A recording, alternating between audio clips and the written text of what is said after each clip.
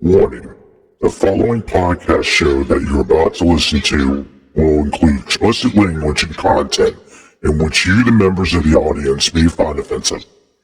Audience discretion is advised. Welcome to another episode of the Kim Wang Podcast Experience. Yeah, boy. Where anything and everything is a subject matter on the show, and no subject matter is ever taboo. Damn, that's what's up with you. And now, your host with the most, Mr. Kim Wang. Bro, am I getting paid for this? Yo, hey, what's going on, everybody? How are you doing? This is your boy Kim Huang, the Asian sensation, the host with the most, the man with the plan, the guy that can bring the power less than a half an hour or more, depending on the situation. And we're here. Another great episode of the Kim Huang Podcast Experience is now here in the kitchen, ready to be created. And it's great to be here, coming at you live from Wheaton, Maryland, which is not far from the Washington, D.C. metropolitan area. It's a good day today. It's great that I have the booth to myself and the studio to myself. So there's nothing to stop me. There's no distractions. It's just a good day, guys. It's a real good day. And I hope that you guys are having a good day. And I hope that everything is going well in your world. If not, just know that there are better days. Things could get worse, but you're here. You're still walking. You're still breathing, living life. And that's the most important thing. So just know that if you guys need anything, if you need that support, I'm here for you. Just hit me up and I'll do my best. We're actually really excited here today on the podcast show for many reasons, because I've always wanted to interview other people, especially those that kind of share similar backgrounds or doing almost the same thing in terms of my creative medium. As everybody knows, I'm a martial artist, I'm a podcaster, and I'm a local film actor. And the guest today that we have has hit at least 2 out of the 3. That is not bad. That is not bad. If he even hit 1 on the dartboard, I would have been cool with that, and that would have been great. This gentleman, for all intents and purposes, number 1, does have a background in the martial arts. I do believe that he has earned a black belt, and we will talk about that in a little bit. But he does actually have a podcast that I do listen to on a regular basis that I do like, follow, and subscribe to. It's on a lot of the podcasting platforms, all the major ones. And he hosts this podcast show called Everyday Martial Artists. And he has actually interviewed the who's who of the martial arts world. It's really incredible. Everybody from, I have a little list here, a virtual list. 1992 gold medalist for Olympic Taekwondo in the Olympics, Mr. Herb Perez. I know that he's actually interviewed such stars from the WMEC Masters show, like Willie the Bam Johnson and Carmichael Simon. He's also interviewed a lot of competitors, such as a legend in her own right, Cynthia Rothrock. I think he's also even done an interview with Don the Dragon Wilson, who is, for all us martial arts fanatics, is a famous world kickboxer and turned actor. So I'm proud to actually have as my guest and introduce him here for the one time. Mr. Brian Doucette is in the building. Brian, how are you, sir? I'm doing great, Kim. You forgot to mention one of my favorite guests from episode number 99. Oh, that guy. Yeah. I didn't want to really put me out there in that sense because, I didn't really want to make it about me for sure. But, I just want to say real quick, that was a great moment in time. It was a great opportunity. I really wanted to thank you, and I still want to thank you to this day for giving me that opportunity. I think it was loads of fun. And I knew from that point, I felt like somewhere down the line, I think our path was going to cross again. but it was going to be that only this time I was going to be the one asking the questions and conducting everything. There you go. And also from your intro, I got to mention now, technically I've never been a film actor, but two of my kids have been. Right. And I actually, on a student project, I worked behind the camera once many, many, many years ago. Well, I did say that you landed 2 out of the 3, which was that you were a martial artist and you were a podcaster. And, exactly. Again, not bad. I think that's pretty cool. And it's really awesome to see when you have people like yourself that share the same type of passions as I do. And we can basically, for lack of a better term, chop shop. Yeah, definitely. Nice. Well, first and foremost, I mean, how's everything going? Like if I remember correctly, you're in the Minnesota state, right? Yep. I'm in a town that no one's ever heard of called Moorhead, Minnesota, but it's across the river from Fargo, North Dakota, which most people have heard of. Right. It's in the northwestern part of Minnesota, literally a mile from North Dakota. Okay. My full-time job, I actually work in West Fargo, North Dakota. I do IT for a fairly big company. A lot of people have heard of, called Bobcat. Yeah, Bobcat. Yep. Yeah, I'm on their IT team. That's my full-time job. And obviously, I wish I could do the podcast and everything else I do full-time, but that unfortunately is not really an option for many people. But right. I'm in the Midwest, and it snowed yesterday, and now the sun's shining today. And ooh, yeah. Oh man. I know. I don't like snow. I don't like winter. I don't like cold, but I live here, unfortunately. I have a joke, and it's mainly towards with my Asian people, not to be discriminate or racist in any ways. Sorry, everybody else, but I would always say as a joke that us Asian people, we're not built for that. We're built for the sun, and we'll be happy to stand in 90 and 80 degree weather or 100 degree weather, no problem. But give us the cold. No, we're running back over to the house, and we're just going to be watching movies and singing karaoke all day. Hey, I'm with you, man. Although I'm not a singer, but watching movies, definitely. I'm a movie buff. Nice. Yeah, and then just like you just said that you're not far from the Fargo area. I actually, one of my friends moved from the Maryland state, and she lives not far from the local airport in the Fargo area. Really? Yes, sir. So if she's close to the airport, she's probably within 15 minutes of my house. Oh, wow. Yeah. Yeah.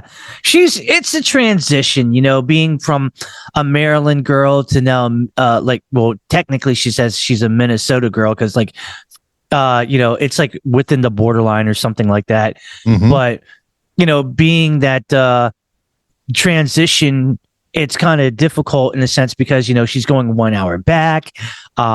What she has done in Maryland, and like the environment and the climate is a lot different than it is over around those parts.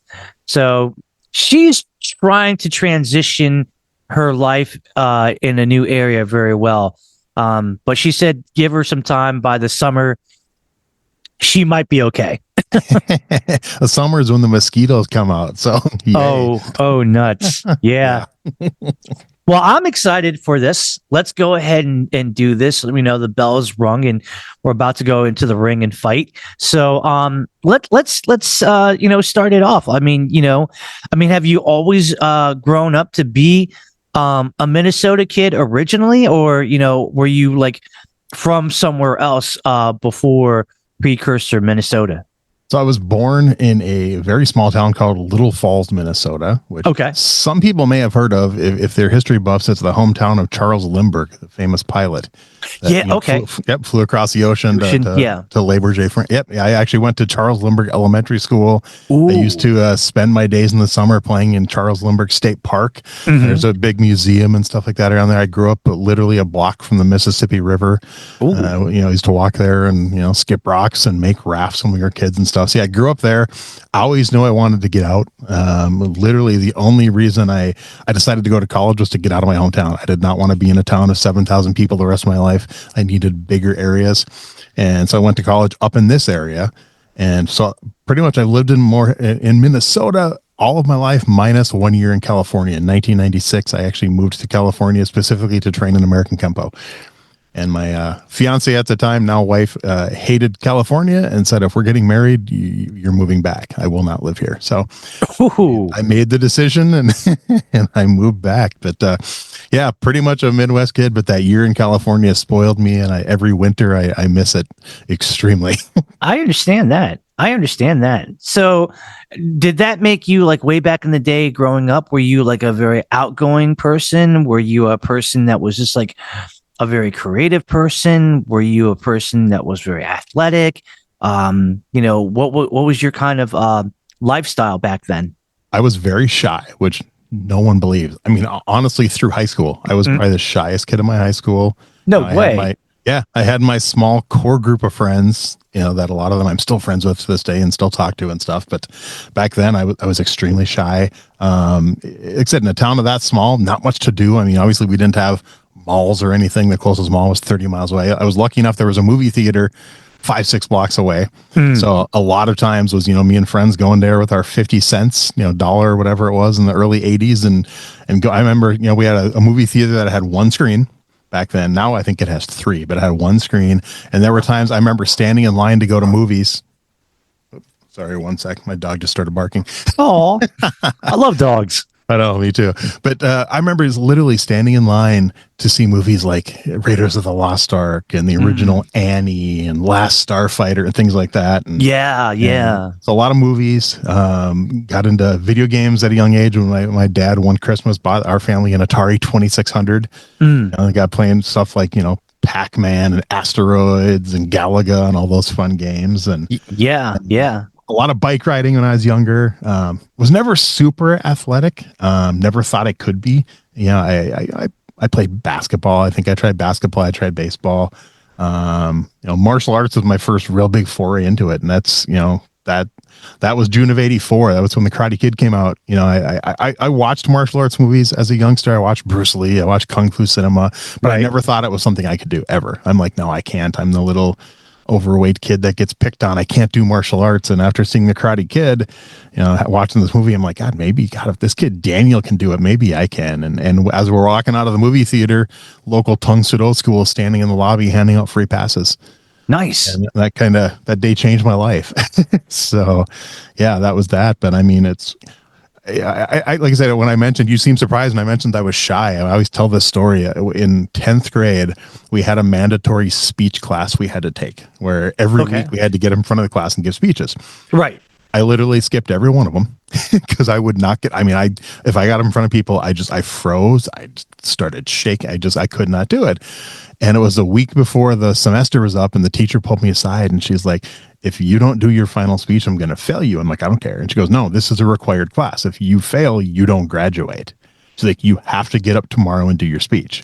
And I went home terrified. I was like shaking, and it was supposed to be a 15-minute speech on the subject of whatever I wanted. And I'm there, I'm at home watching this was 1990, watching my favorite TV show at the time, which was MacGyver. The original MacGyver, Richard Dean Anderson. I love that. Never missed an episode. He was my hero. I honestly tell people he's the reason I don't drink and don't smoke, because MacGyver never did. It's the same type thing. But I decided I'm going to do my report or my speech on the show MacGyver. And so I started writing stuff down, and the next day in class, I was the last one she called up, and I walked up there just terrified. And I pulled this crinkled up piece of paper out of my pocket, looked at it, and read it word for word, and was back in my seat in less than 50 seconds. Wow. And after class, she comes up to me, she goes, I'm giving you a D-. Don't ever set foot in this room again. Well, she can't say that you didn't try, I mean, she just said that if you didn't do it, that you would have failed. Exactly. At least you got something of a passing grade. Yeah. And I said I'd never do it. I said I'm never speaking in front of people again. And even like in college, I skipped everyone I had to do. And it wasn't until my current Taekwondo instructor that I've been with since 1994, was a purple trim belt. And he had me like helping some students before. He goes, you ever thought about teaching your own class? I'm like, maybe, sir, I could be fun. He goes, be here Tuesday night. I've told this story on my podcast a few times, but I showed up there Tuesday night, and I look out there, and everyone on the floor is a higher belt than me. I'm like, oh, maybe this is like a future instructor class he's running. So he sees me, and he walks over, and And he goes, you ready for this? I go, yes, sir. And he goes, attention class. They all stop and look. And he goes, Mr. Bryan's in charge. And he walks out. Ooh. As he's by the door, he goes, if they don't listen, give them push-ups. And I'm assuming he probably talked to them beforehand and told them to make sure they listened and stuff. But yeah, baptism by fire, man. He threw me in there and I taught that class for like a year. All people higher ranks than me. And, and that, combined with my radio, working in radio, I used to get asked to MC events all the time, and I used to always say no. And after that, I started saying yes to a few of them, and it got easier and easier. And now I've been on stage in front of 5,000 people. I've done corporate training events. I've MC'd MMA fights. Anything. It doesn't faze me anymore. It's I don't know. He was the difference. I actually tried to track down that speech teacher, and I've never been able to get a hold of her just to hey, look at me now. Ooh. Just as a side question real quick, if you did happen to find that speech teacher, and let's just assume that she's still, alive and well and still, living her life, what would you have said to that speech teacher? I probably would have apologized for being such a pain in the ass in her class. Okay. Yeah. All right. Definitely. That's fair. That's fair. Because I was a jerk because I refused. I mean, I flat out refused to get up there and stuff. I did not want to do it. And what's funny is my sister was on the speech team. She used to go and compete and everything. And now I look at my own kids. My own kids have grown up on stage. They, speech and theater and choir and orchestra and all this stuff. And my own son's actually going to school to be an actor in Utah and everything. So it's, they definitely didn't get it from me, I don't think. I can dig it. I can dig it. So let's talk about the martial arts realm / world. Now we all know that you trained, but let's go before that. What do you remember the very first martial art movie that you ever saw, to the point where it just probably struck your fancy of maybe this might be a possibility? I feel like I know the answer, but I'm just entertaining it. Do you remember that very first martial art movie? I mean, the first one that made me think I could do it was Karate Kid. Okay. Hands down. The first one I saw ever, I don't remember. I mean, I like I said, as I was, I'm 51. So from, born in 74. So I'd say from age 5 through 7, 8, I'm sure I saw Enter the Dragon and Game of Death and 36 Chambers of the Shadow. I saw all those movies, Jackie Chan movies. Right. And I enjoyed them all, but none of them made me think I could do it. Karate Kid was the one that changed it. Do you think the reason why the Karate Kid movie itself was the one that made you believe was just the story behind it and the way that they presented it versus, different type of movies from say Jackie Chan or Bruce Lee or Jet Li, or maybe because, stylistically it was a little bit different than what you had thought? Oh, I think so. Definitely. Yeah. I mean, you look back at it, it still holds up. I mean, there's some martial arts movies, some older ones that you watch them now and they're very, very cheesy that maybe I thought they were good when I was younger, but that one still holds up. I still watch it. I still enjoy it. I love it every time I see it. And, there's other ones where it's some parts are good, some parts not, some, bad acting and stuff, but right. That was the whole package. Amazing storytelling, amazing directing, amazing acting. I mean, Mr. Miyagi. I mean, anyone, Pat Morita, right? One of his best roles ever. Just amazing. I mean, I jokingly tell people Mr. Miyagi was my first instructor. It's it's such a big impact. So yeah, for sure. For people that have never seen the Karate Kid, and I'm talking about the OG, the ones that we saw when we were younger back in 84, 83, 84. If they've never seen it and they're just asking you the question, why should I see it? What would your response be? First of all, I'd be shocked if they had. Well, what's funny about that is, because obviously with the success of Cobra Kai, I've had so many conversations with people who watched Cobra Kai, but never saw the original. Yeah.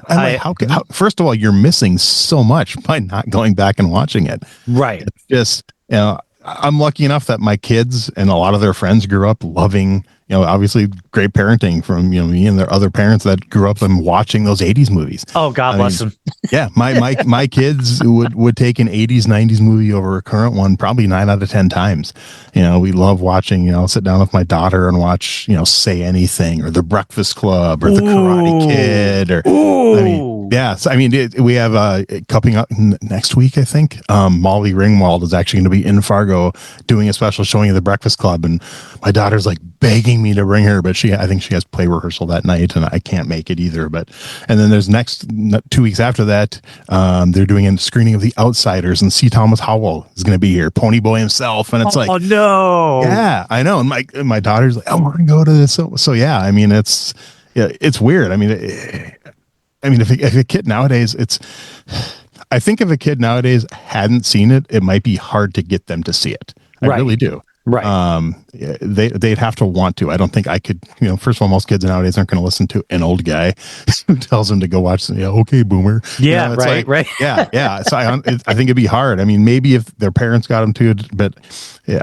I was shocked. One of my coworkers that I work with, I fortunately work with a lot of young people, and one of my coworkers had actually seen it for the first time because their friend got them to watch Cobra Kai. So they actually went back and they're like, I can't believe a movie from the 80s is it's good. I'm like, dude, you need to watch more movies from the 80s. There's a lot of them that are that good. Yeah. Yeah. So yeah. It's a generational thing, but also it's, I don't know. I mean, with the attention span and stuff, and obviously like movies with, obviously you look at the martial arts in the original Karate Kid and compare it to a movie nowadays coming out with the martial arts. Obviously it's a different level, kind of like you look at the original Star Wars, you look at the new Star Wars, look at the lightsaber fight scenes, the technology and the athleticism, everything has gotten so much better. Yep. So sometimes it's hard for people to go back and watch that. I hear that. Now, you had said that, when you were young, you did see the Karate Kid, in the theater, yep. just like how all movies should be, like, go see it in the theater, guys, because it does make that much of a difference.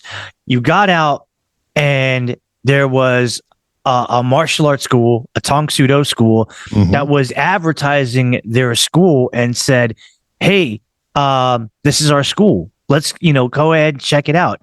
What made you approach them to grab a flyer, and what made you at that point decide this is the journey? This is it. This is a sign. It wasn't even me approaching them. They were literally walking up to everyone, walking out the door and handing them this little yellow card for a free 30-day pass. It was like, hey, we have a school literally a block away from the movie theater. Here's a card. Come in Monday night for class and check it out. This is, I think they were probably telling people that, Tong Sudo, it's a lot of the same style that you saw in this movie. The Pat Johnson, the fight choreographer, is a Tong Sudo black belt. Right. A lot. I think there might have been information about that and everything. But I mean, after seeing the movie, I knew I wanted to do it. I absolutely had in my mind. So when that came out, when I walked out the door and saw that, I was like, okay, this is a sign. I have to do this. And went home and told my mom, it's like, I'm going to this karate class on Monday night. It's like, I didn't even ask. I'm like, I'm going. and this was back in 84 that the journey started for you in Tong Sudo? Yep. I was 10 years old. Correct. Okay. So let's go ahead and fast forward the chapter a little bit. You got the card. You talked to your parents. You said that you were locked in and that you wanted to do it. Do you remember the very first day that you walked in and you met all the faculty and said, "Hey, I'm interested in becoming a student. I want to train, and I want to, if for anything, to take advantage of your free 30-day trial membership." Yep. Oh yeah. I remember, like I said, it was that because the movie was Friday night. First class was Monday night. So me and a handful of friends. I mean, yeah, if I remember correctly, when I talked to the instructor years later, they never really trained kids before that, because, as you talked to a lot of instructors back then, mostly adults, and they really focused on the kids because of this movie. So, I mean, obviously they started a kids class and there was probably 25 kids there that showed up at the same time, all with these yellow cards in their hand. And I remember I was wearing, camouflage sweatpants and a camouflage t-shirt. And nice. The instructor for the time I was there, my nickname was Camo. That's what he called me. And that was my first instructor, Master Bill Nelson. He was actually the fourth guest on my podcast. We're still friends. We still talk and stuff. And then the assistant instructor was a gentleman named Mr. Tim Broda. He was a local police officer, and the school was actually in a dance school above the police department. Hardwood floors and everything. Okay. Yep.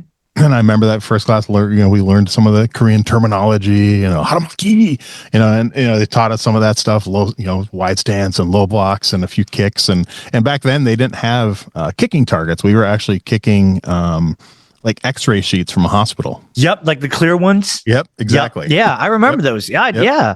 Yeah. That's what they had us kicking and stuff. And yeah, I mean, that was the start of it. That was unfortunately only got to stay there about just under a year. My parents couldn't afford it. It was just one of those things where, it wasn't in the thing. So I'd still go on watch class when I could. I'd go to the library and read books, any movies I could. Right. Back then, instructional videos weren't really a thing or weren't that popular, but I started buying Black Belt magazine if I could find it at the local drugstore and yep and everything like that. But like I said, a lot of library books, a lot of research, and basically determined that when I got a job and made enough, I was going to pay for it myself. Obviously, that was the plan. And by the time I got to that point, I had decided I wanted to try a different style anyway, and that was a few years later. When I was 16, and unfortunately, the day before my 16th birthday, blew my knee out in high school gym class playing kickball. Oh, and that pushed my because I literally my driver's test was planned for the morning of my 16th birthday. I was going to go that afternoon and buy a car with my dad, and I was going to start driving to St. Cloud, Minnesota, 30 miles away, and taking Shotokan lessons that night.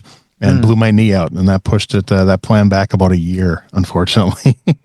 Until I rehabbed my knee and got a knee brace and everything fun, and then started taking Shotokan my last year and a half when I was in high school. So, how was that going from Tong Sudo to Shotokan? Like, how was that transition? Did you feel like it was really similar and it was a piece of cake, or do you felt like, well, because I'm now training in a different art, it's a little bit different, and I just have to kind of get used to it? It was definitely different, especially like terminology, because you're going Korean to Japanese. That's so right. That was very different. The Shotokan did no weapons at all. For the kids in Tong Sudo, they didn't really do weapons, but they had weapons, and we watched like the adults train in weapons and stuff. But the kids didn't really do weapons back then, where now they do.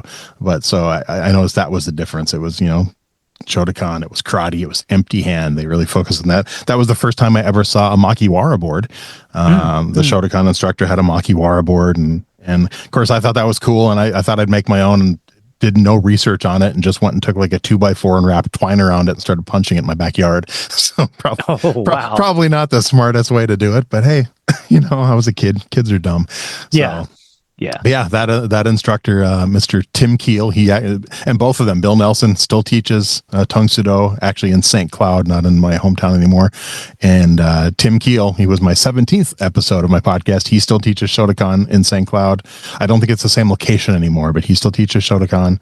The funny thing about him is I remember the day I met him, I walked in and I was like, just stopped. And I'll have to send you a picture of him from his website when we're done talking here. Okay. But he literally looked, back then at least, looked like Chuck Norris. No. And I'm not just saying like, oh, kind of somewhat. Could have been his twin brother. Like spot on, dead on? Yes. Oh, I literally walked into the school and I'm like, Chuck Norris teaches in St. Cloud. Before I knew anything about it, I'm like, oh my God. And then of course, the guy saw me, he's like, yeah, I get that a lot. And he actually told me the story. He'd been mistaken for him at martial arts tournaments and stuff in the past, and which was kind of funny. But yeah, he literally looked like Chuck Norris. It was scary how much they look like him. But super, super nice guy, great instructor. I did that through most of my senior year, until I ended up deciding I was going to leave town and get away. And when I decided to come to college up here in Moorhead, I did some research locally. There was a Shotokan club at the NDSU college across the river, but I found out there was a Taekwondo club at the school I went to, and I figured that was close to Tung Sudo, and I could get a credit for taking it. So I started doing that, and also at the same time, I found out there was an Aikido club at Concordia College, which was about a mile away from Moorhead State, where I went, and that was so I started doing both at the same time, which was kind of cool. But, okay. So that was kind of the next step in the journey there. Now, with this branch of Taekwondo that you were studying, was it like the Olympic style of Taekwondo, like WTF style, or what style was it? Yep, it was traditional, but it was WTF, so the traditional mixed in with the sport. I've told the story many times that the instructor, I won't mention his name, but I was with him just under 2 years, and he drove me to the point that I hated martial arts. Was going to completely give it up. I tell everyone he was my John Kreese. Oh, yeah. Okay. Not a good person, not a good instructor. Didn't care if his students got hurt. I know he got in trouble a few times, on campus and stuff with, students getting hurt because he wasn't supplying safety gear to them and everything. And right. But yeah, it just made me. All he cared about was competition. All he cared about was winning, and it, like I said, just it made me hate it. I was going to completely give it up, and luckily one of the assistants, I think he was at the time, was a red belt, and I've told this story too, but I actually tracked him down finally a couple of years ago, probably about 3 or 4 years ago. I tracked him down online. I hadn't talked to him since probably 1994, 95. I tracked him down, almost 30 years later, but to thank him, because he's like, hey, I can tell you're struggling with this. I can tell this isn't a good fit. You should go meet this other instructor in town. And he gave me the info, and that it changed my life, because I would have quit. I would have walked out probably within the next 2 weeks and probably not done martial arts again. And luckily he went and pointed me in the right direction. And I've been with that instructor since March of 94. So. Okay. Now, was that instructor also the same, Taekwondo style as the one that you started taking? Yeah, that's the sad part, is they came from the same instructor. Oh man. Yeah. It's just one wasn't a good person. And what's funny is when that, like the Taekwondo instructor at the college found out I was taking Aikido, tried to forbid me from doing it. I went and complained to the college. They're like, yeah, you can't do that. You can't tell a student they can't go and do this somewhere else. It doesn't work that way. And he got upset with me because of that. But that was a big part of us not getting along. And what's funny is I hear from my current instructor that their instructor used to encourage them to go and seek other knowledge and train in other styles. So not sure where this road turned from one to the other. It's complete polar opposites as far as instructors go. But and what's funny is that whole thing there, and I won't get into complete details, but if you know kind of what happened with the American Kempo world when Ed Parker died, and all the infighting and people battling for control and who gets to do this and who gets to do what. The same thing happened with our local Taekwondo organization when the great Grandmaster Mu Young Yun retired. He didn't pass away, but he retired and left certain people in charge of things, and it just led to this big political mess. And I hate politics in martial arts. It's not good for it. And it's just, people saying, just to give a little bit of info, like my instructor was left the main school, my current instructor, and the other instructor, the evil one, was made head of the organization. And he basically started whining and throwing a fit and saying, how can I be head of the organization and not run the flagship school? And just threw a fit about it. And finally my instructor is like, I don't care. I don't want to be part of this mess. He's like, you can have the school. I'll go start my own. And just kind of went off on his own and has been doing his own thing ever since. And, every now and then the politics things catch up to him, and he's got to avoid that. But he wants to teach martial arts. That's all he cares about, teaching martial arts and spreading the knowledge and helping people. So he's a good instructor to have. He's currently a grandmaster now, which is cool. I mean, he was a 4th degree when I started with him, and now I believe he's in 9th, and just a great instructor. I mean, he was a groomsman at my wedding. so yeah, good guy to meet. Yeah, for sure. Transitioning instructors, what was the training like then, going from one instructor to the other? Did you feel like you were starting to understand things a little bit better? Do you feel like you got better support? Do you feel like things were clicking? Where were you at that moment?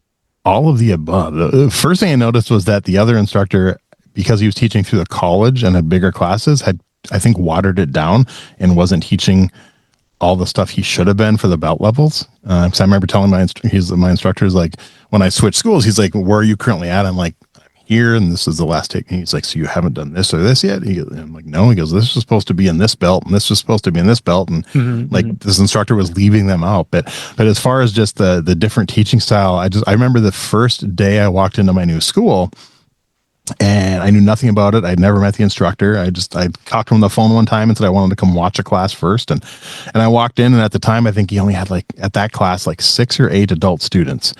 And I walked in to sit down, and I look out on the floor. I'm probably 10 minutes into class, and half of the students are sitting down on the ground with their backs against the wall and their dobok pants rolled up, so their legs are showing, and their partners are leaning over them with the bow staff, rolling it on their shins. And I'm like, ooh, what the hell? It's like, well, what am I watching, and why am I sitting? And it's like, wow. I mean, luckily I stayed and watched the whole class and talked to them and ended up enjoying stuff like that. But I mean, it was the workout level was definitely another level that I was used to. Some of the hardest workouts I've ever had in my life. Just insane, intense workouts. I mean, we used to do, obviously, when I was younger and in better shape, we used to do sit-ups where you'd hang off your partner's shoulders and do, hanging sit-ups and stuff, and holding cinder block bricks while you're doing sit-ups, and knuckle push-ups on bricks and all that fun stuff. And yeah, but I loved it. I mean, like I said, especially when I was young and could hand. Nowadays, some of those workouts would probably kill me, but yeah, and obviously the times have changed. I mean, I when I interviewed my current instructor on my show, it was one of the questions I asked him, and he said something to the effect of, he's like, if I taught like I did in the 90s, I'd only have about 5 students. And but then he said, if I taught like my instructor did in the 70s, 80s, I'd probably be in jail. Because hearing those stories where if a kid spoke out when they weren't supposed to, the instructor would just walk up and smack them upside the head. It's like nowadays you can't do that, unfortunately. But right, because you'll catch a criminal charge for that. Exactly. Yeah. But I definitely sometimes I do miss those tough workouts we had in the 90s and early 2000s, and yeah, it's he'll still do hard ones. And we've had, I remember times over the years we've had instructors and black belts from other schools come and join in a class, and some of them couldn't even make it through our workouts. They'd have to stop and go sit on the side, just because of how tough our workouts were. And that's one thing with tournaments. When our instructor was training people for tournaments, depending on which tournament, some tournaments have, 2 90-second rounds or 2 2-minute rounds or whatever, 3 2-minute rounds. We'd always train longer. It's like all my friends who were training for 2-minute rounds. He's like, no, if it's a 2-minute round, we're going to train 3-minute rounds. And he's like, my students will not be tired. And that's one thing watching tournaments, our students were never the first ones to tire out. Because our instructor pushed us that much harder and made us work that much harder. And we always appreciated that. For sure. Going through the ranks and, getting promoted and so forth in the martial arts, did you feel like you were getting stronger by the day? And did you feel like you were getting a lot more than you had thought in the road of, to the road of the black belt? Did you feel like, yeah, it's starting to make sense? Okay, yeah, I'm getting it. It's easy. Where were you at in terms of your development? Yeah, definitely. I mean, definitely felt myself getting stronger, and I don't know if I ever thought it was easy. And mainly too, it's because that one knee injury. I never had that knee repaired. Back then in the early 90s, with that, I blew out my ACL and my lateral meniscus. And back then they would not do a full repair until you were done growing. Or nowadays they'll do it on 13, 14, 15-year-olds when they're still growing. The technology is much different now. But back then they had to wait till you were stopped growing to do it. And at that point, I had just gone into physical therapy and rehab and started working out a lot. And it quit bothering me for the most part. I mean, it'll still act up, but 30 years later, I still haven't had my knee repaired. But there's times where, I mean, now as I get older, it gets worse, but at least once a year where my knee will go out on me, I'll be doing something. I remember during one of my tests where my knee went out in the middle of the test and I went down and that was very scary. And every time that happens, I'm like, all right, am I done? Do I have to stop doing this? And right. Usually, a couple months later, I'll be good to go again and stuff. But I've had a few talks with with some of my doctors, and they're like, if that happens again, we have to have a very serious conversation about knee surgery. But yeah, no, it's I can't remember if I ever told you this story or not. But so I tested. First time I tested for my black belt with my current instructor was November 96. I had already moved to California, and I came back just for the test. Okay. And, part of me, that probably has something to do with it, because I wasn't there up until the day of the test training day. I was training on my own, but it's not the same thing. I was out there learning American Kempo and practicing my Taekwondo stuff where I could. But that time in November 96, I didn't pass. I mean, I passed the majority of my test. I missed, trying to remember now, I missed two techniques and one break, I believe is what it was. And normally that's with black belt, you usually have to wait, depending on what it is and how you are physically, anywhere from 30 to 90 days to do the retest. And I had moved back to California, and then I ended up coming back later that spring, and when I finally moved back here, to get married and stuff. And by then I wasn't ready to retest. I tried to start going back to class, but I had a wedding to get ready for, so I couldn't go. And essentially over the next 10 years, I'd come back for 3-4 months, and then I'd switch jobs, and my shift wouldn't allow it. We had a kid, and suddenly I was busy for the next year or two. Then we had another kid. Then we had, finally it was fast forward 10 years. It was late winter, early spring of 2006.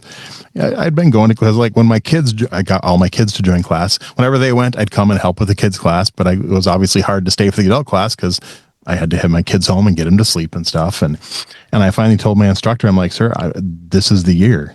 And he just kind of looks at me and smiles. He goes, I know I've said it before. He goes, but I'm doing it. I'm going to do it. I said, by the end of this year. And he goes, all right, let's set a date. And we set a date for end of December 2006.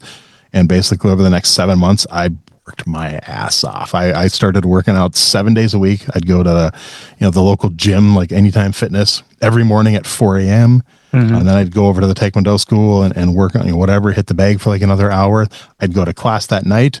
I'd stay after class. I'd go on the weekends because I had a key for the gym. So I'd go on the weekends and practice with friends. And literally over those 6 months, I dropped 62 pounds, relearned all my technique, got ready, and like I said, finally got my black belt, 10 years later.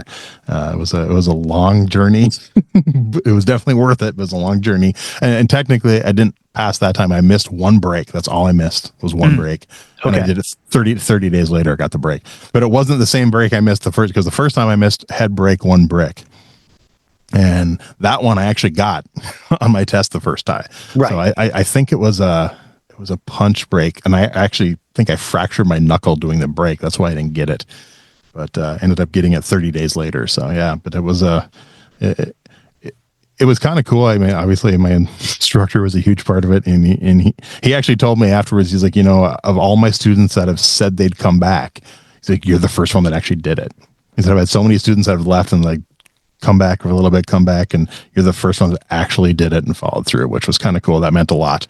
But yeah, it was fun. I mean, it was a long road, and of course since then life's gotten even busier, and I've been putting off my second degree for like over 15 years. So I'm hoping if my knee's been pretty rough the last 2 years, and I'm hoping over the next year I can work towards finally going for that second degree that I've been putting off for 15 years. We'll see.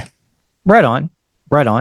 What do you think was like the hardest part of, when you were testing for the black belt? Was it doing the forms, the form patterns? Was it doing like the sparring? We already know, like you said, that breaking was a little bit of a challenge, but between like forms or sparring, which one do you felt like was the one that gave you a little bit of a run for your money? So first of all, our school, we don't do sparring for testing. Okay. Yeah, that's one thing that I remember when I started interviewing guests and hearing about that, I'm like, that's really a thing. I never realized that because yep. most of the friends I know that have been in other martial arts, we never did sparring for testing. So it was kind of a new thing for me hearing that, but it sounds like it's a lot more widespread than I realized. But yeah, that's never something we did. So ours is broken down. We have, a verbal part of the test, which is like terminology, Korean history, the meanings of parts of the flag. Then we have our pattern, and the pattern and forms. Then we had regular technique, depending with it, whether that's weapons, whether it's one-on-one technique, two-on-one technique, things like that, and then breaking. And with breaking, that's usually the biggest challenge for one reason. It's because, at least for my test, and most people that tested with my instructor, you usually going into your test only know about one of your breaks ahead of time. And the rest of them he comes up with during your test based on your technique. So like the only one I knew about going in was the head break. That's it. All the other ones, it's like I could be doing a technique and he's like, all right, so that's an amazing turning side kick. Let's do turning side kick 3 boards.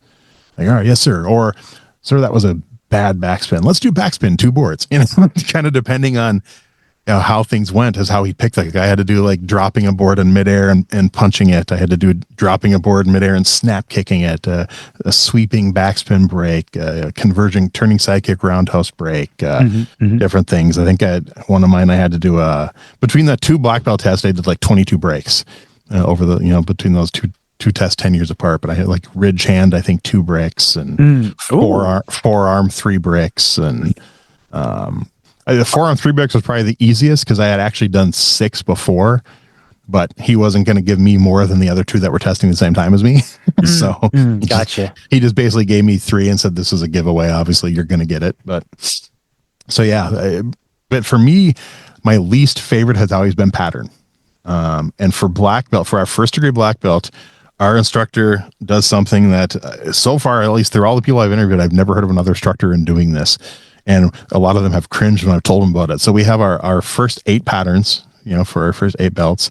And then for black belt, basically you have to do all 8 of them, except you don't have to do them separately. Like what he'll do is he'll be like, all right, so we do the Paul Gay patterns. And he'll be like, all right, Mr. Bryan, start out with Paul Gay number 2, do the first 4 steps. All right, stop. Now pick up Paul Gay number 7, do the next 4 steps of Paul Gay number 7. And he'll mix them in like that. So you have to know the patterns that well that you know what that steps 5 through 8 are this of this pattern, and steps 9 through 12 are this of this pattern. And I remember going through that. I did it, and I messed up the final step of the final one. And the look, he looked more shocked than me. The look on his face, and he's like, and it was my third. We had 3 tries, and it was my 3rd try. And he's like, I'll tell you what, Mr. Bryan. He's like, if you have no more mistakes going forward, I'll give you one more shot in your pattern. And I luckily did great on the rest of my test. And he's like, all right, I'm going to do this different. You have to do all 8 back to back with no breaks, all 8 patterns. And I actually got through them, and it shocked me. So that pattern was definitely my biggest challenge, just because of that. I was like, wow. Yeah. I've never been a fan of pattern. It's always been my least favorite. So at least you can say, like, with everything that you've done up to that point, and then, just testing for the big one and succeeding and earning it, you have to admit though, like there's no words for the gratification of earning it. It's just like, wow, it's like equivalent to winning the Super Bowl, if you will. Yeah. Oh, exactly. And people who aren't in martial arts don't get it. They really don't. Like I've been in job interviews, and I've had people ask me the question, what's the biggest accomplishment in your life? I'll be getting my black belt, and it kind of shocks them. And then they like ask for detail. I'll go into details like what I did through the test, and they're like, wow. So a lot of them don't realize, and I tell them every school is different, every style is different, every instructor is different. So no black belt test is the same, really. And it's like, but yeah, it's people who aren't in martial arts don't really get what it takes to get there. So I hear you. Let's segue a little bit now to you being a podcaster. Like, how did the journey start for you about, going in through the art of podcasting, and how did you get interested in that creative medium? So the journey started when I was 15. So a few years after martial arts, but I was 15. I was looking for a job. I had a job at a local newspaper unloading trucks once a week. And I wanted a job that was more hours, more money. Right. And I heard from a friend of mine, like, hey, the local radio station is hiring people. Just basically they were calling them babysitters, basically to work the board when there was like live sporting events and stuff, and we had to be the ones playing commercials. So I went and applied and got the job when I was 15 years old. It was actually kind of a funny story. My sister, who was older than me, she was going to be going to school for mass communications. She wanted to be a radio broadcaster. She wanted actually specifically a sports broadcaster, sports play-by-play. And it was like her first day of college is the day I got hired at the radio station.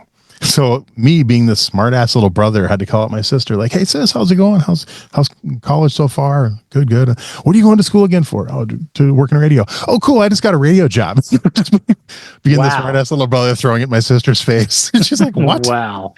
I know. I was a little brat. I was 15 years old. So that's where that started. Whoop, sorry.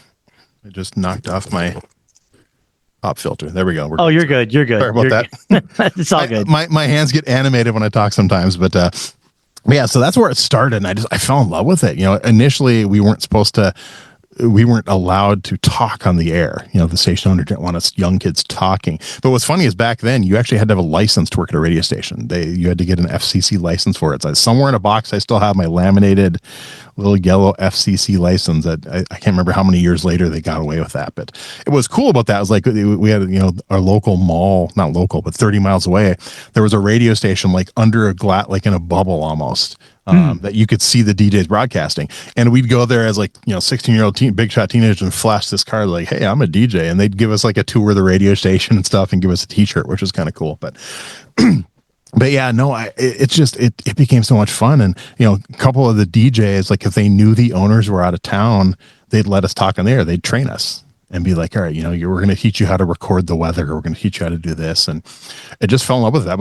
It was my job all through high school. And then when I moved to college, I did campus radio, and I did a Sunday night show, whatever, like 10 to midnight every Sunday night. And just, you know, the radio station I worked at in high school was like an oldies station kind of. It was the best music of the 60s, 70s, 80s, you know, is what they were playing. So I was playing good music and stuff. So when I got to, you know, the campus station, I got to create my own show. And I was playing, you name it. I'd go from Elvis to Run DMC to, you know, New Kids on the Block, MC Hammer, you know, whatever, just such a mixture. And the Beatles, and people just loved it. And I did that. And then after doing that for 2 years, I got out of it for a little while just because I couldn't find a radio job. And when I moved back in California, the first job I found was a radio job at an oldie station in West Fargo, North Dakota. I called them up. I'm like, hey, I don't have a current tape. I haven't done radio in a few years. And they're like, I'll just come in and do an interview. And I got the job. And that show. So that's kind of a short little segue here. But so about 2 years before that, so I grew up loving oldies music. You know, my mom and dad used to sit around listening to records and stuff like that, and listening to people like, you know, the Beatles and Buddy Holly and everything. And just, I love that music. And my first concert ever when I was 12 years old in 1986 was Bobby V. I don't know if you know who Bobby V is, but he was actually from the Fargo-Moorhead area, but he made it big in the 60s. He had, you know, like The Night Has a Thousand Eyes, Take Good Care of My Baby, you know, just a huge, and I used to go to his concerts, and I saw him like 30 times before he passed away. And I went to one of his shows, May 3rd, 1993. I remember the date exactly. And his opening act was this local a cappella group called the Blenders. I had never seen anything like this before. They just blew me away doing all this stuff just vocally. So I became a huge Blenders fan and started following them. And when I was at the radio station, I pitched the idea to my boss. I'm like, you know, I want to do a cappella radio show. And he's like, it'll never work. And I finally had pushed him enough and launched it in October of 1997. I launched a weekly a cappella radio show with 29 a cappella CDs. Now you fast forward, now I have over 4,000 a cappella CDs.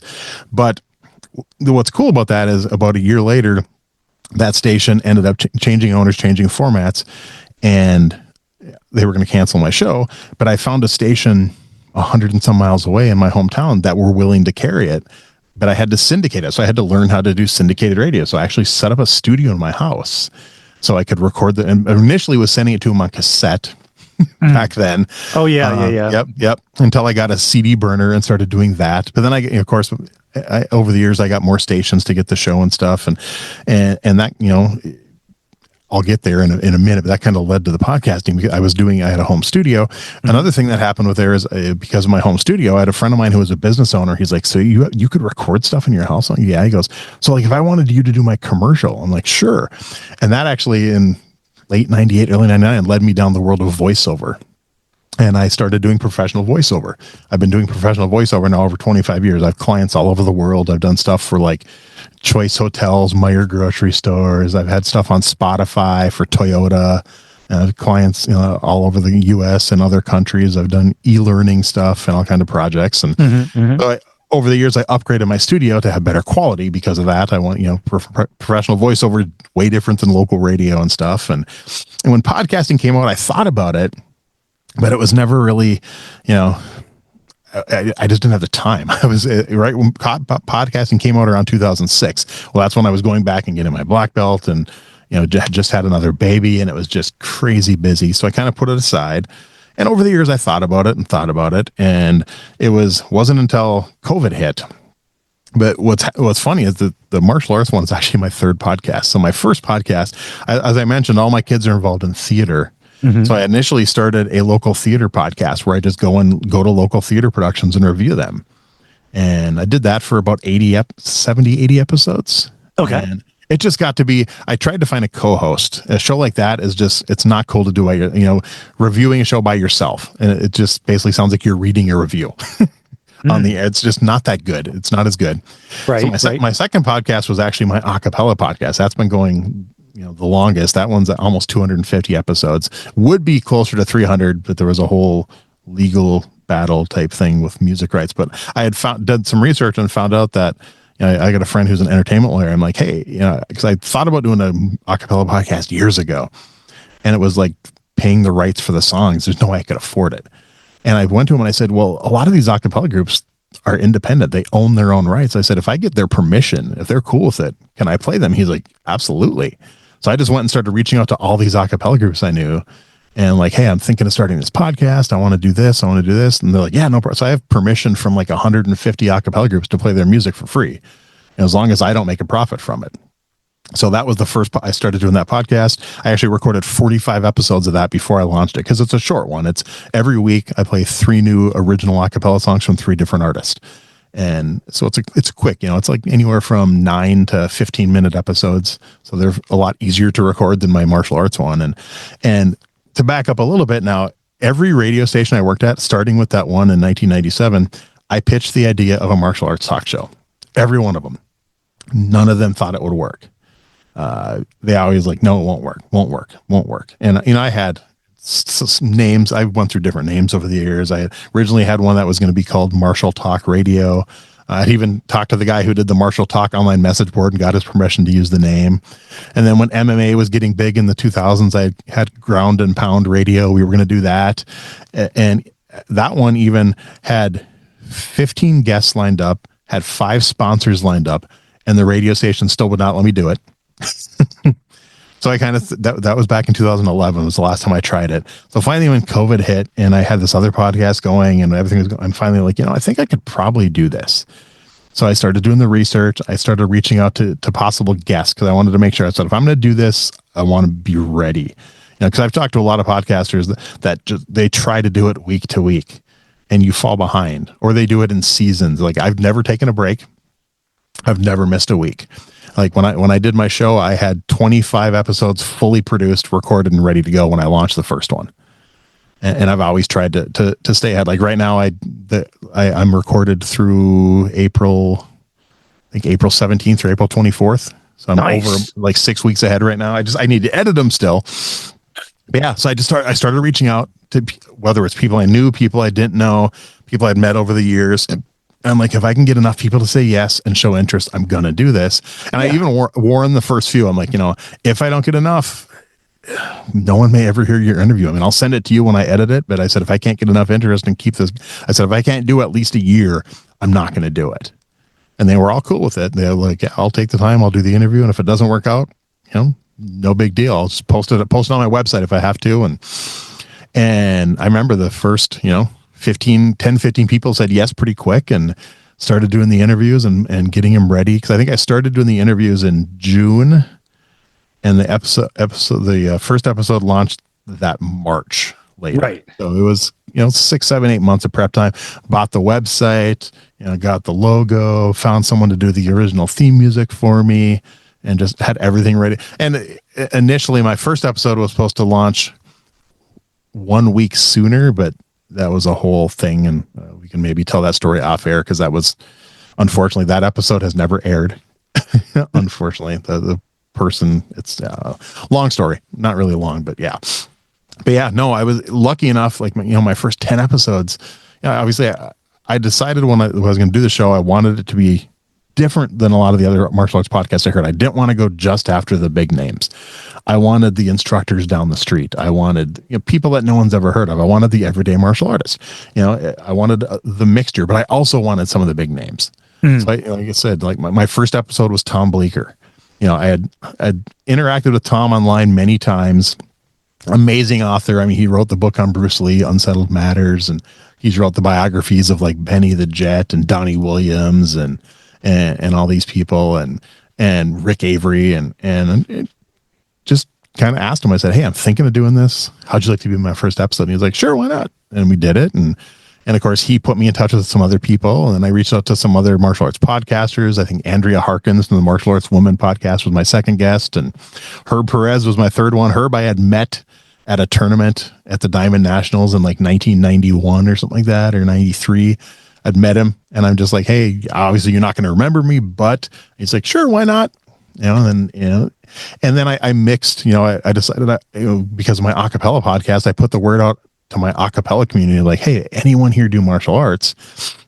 And this one, maybe you've heard of this or not, but the gentleman who's my fifth episode, I found out he's the bass singer from the group. Well, he was, not anymore.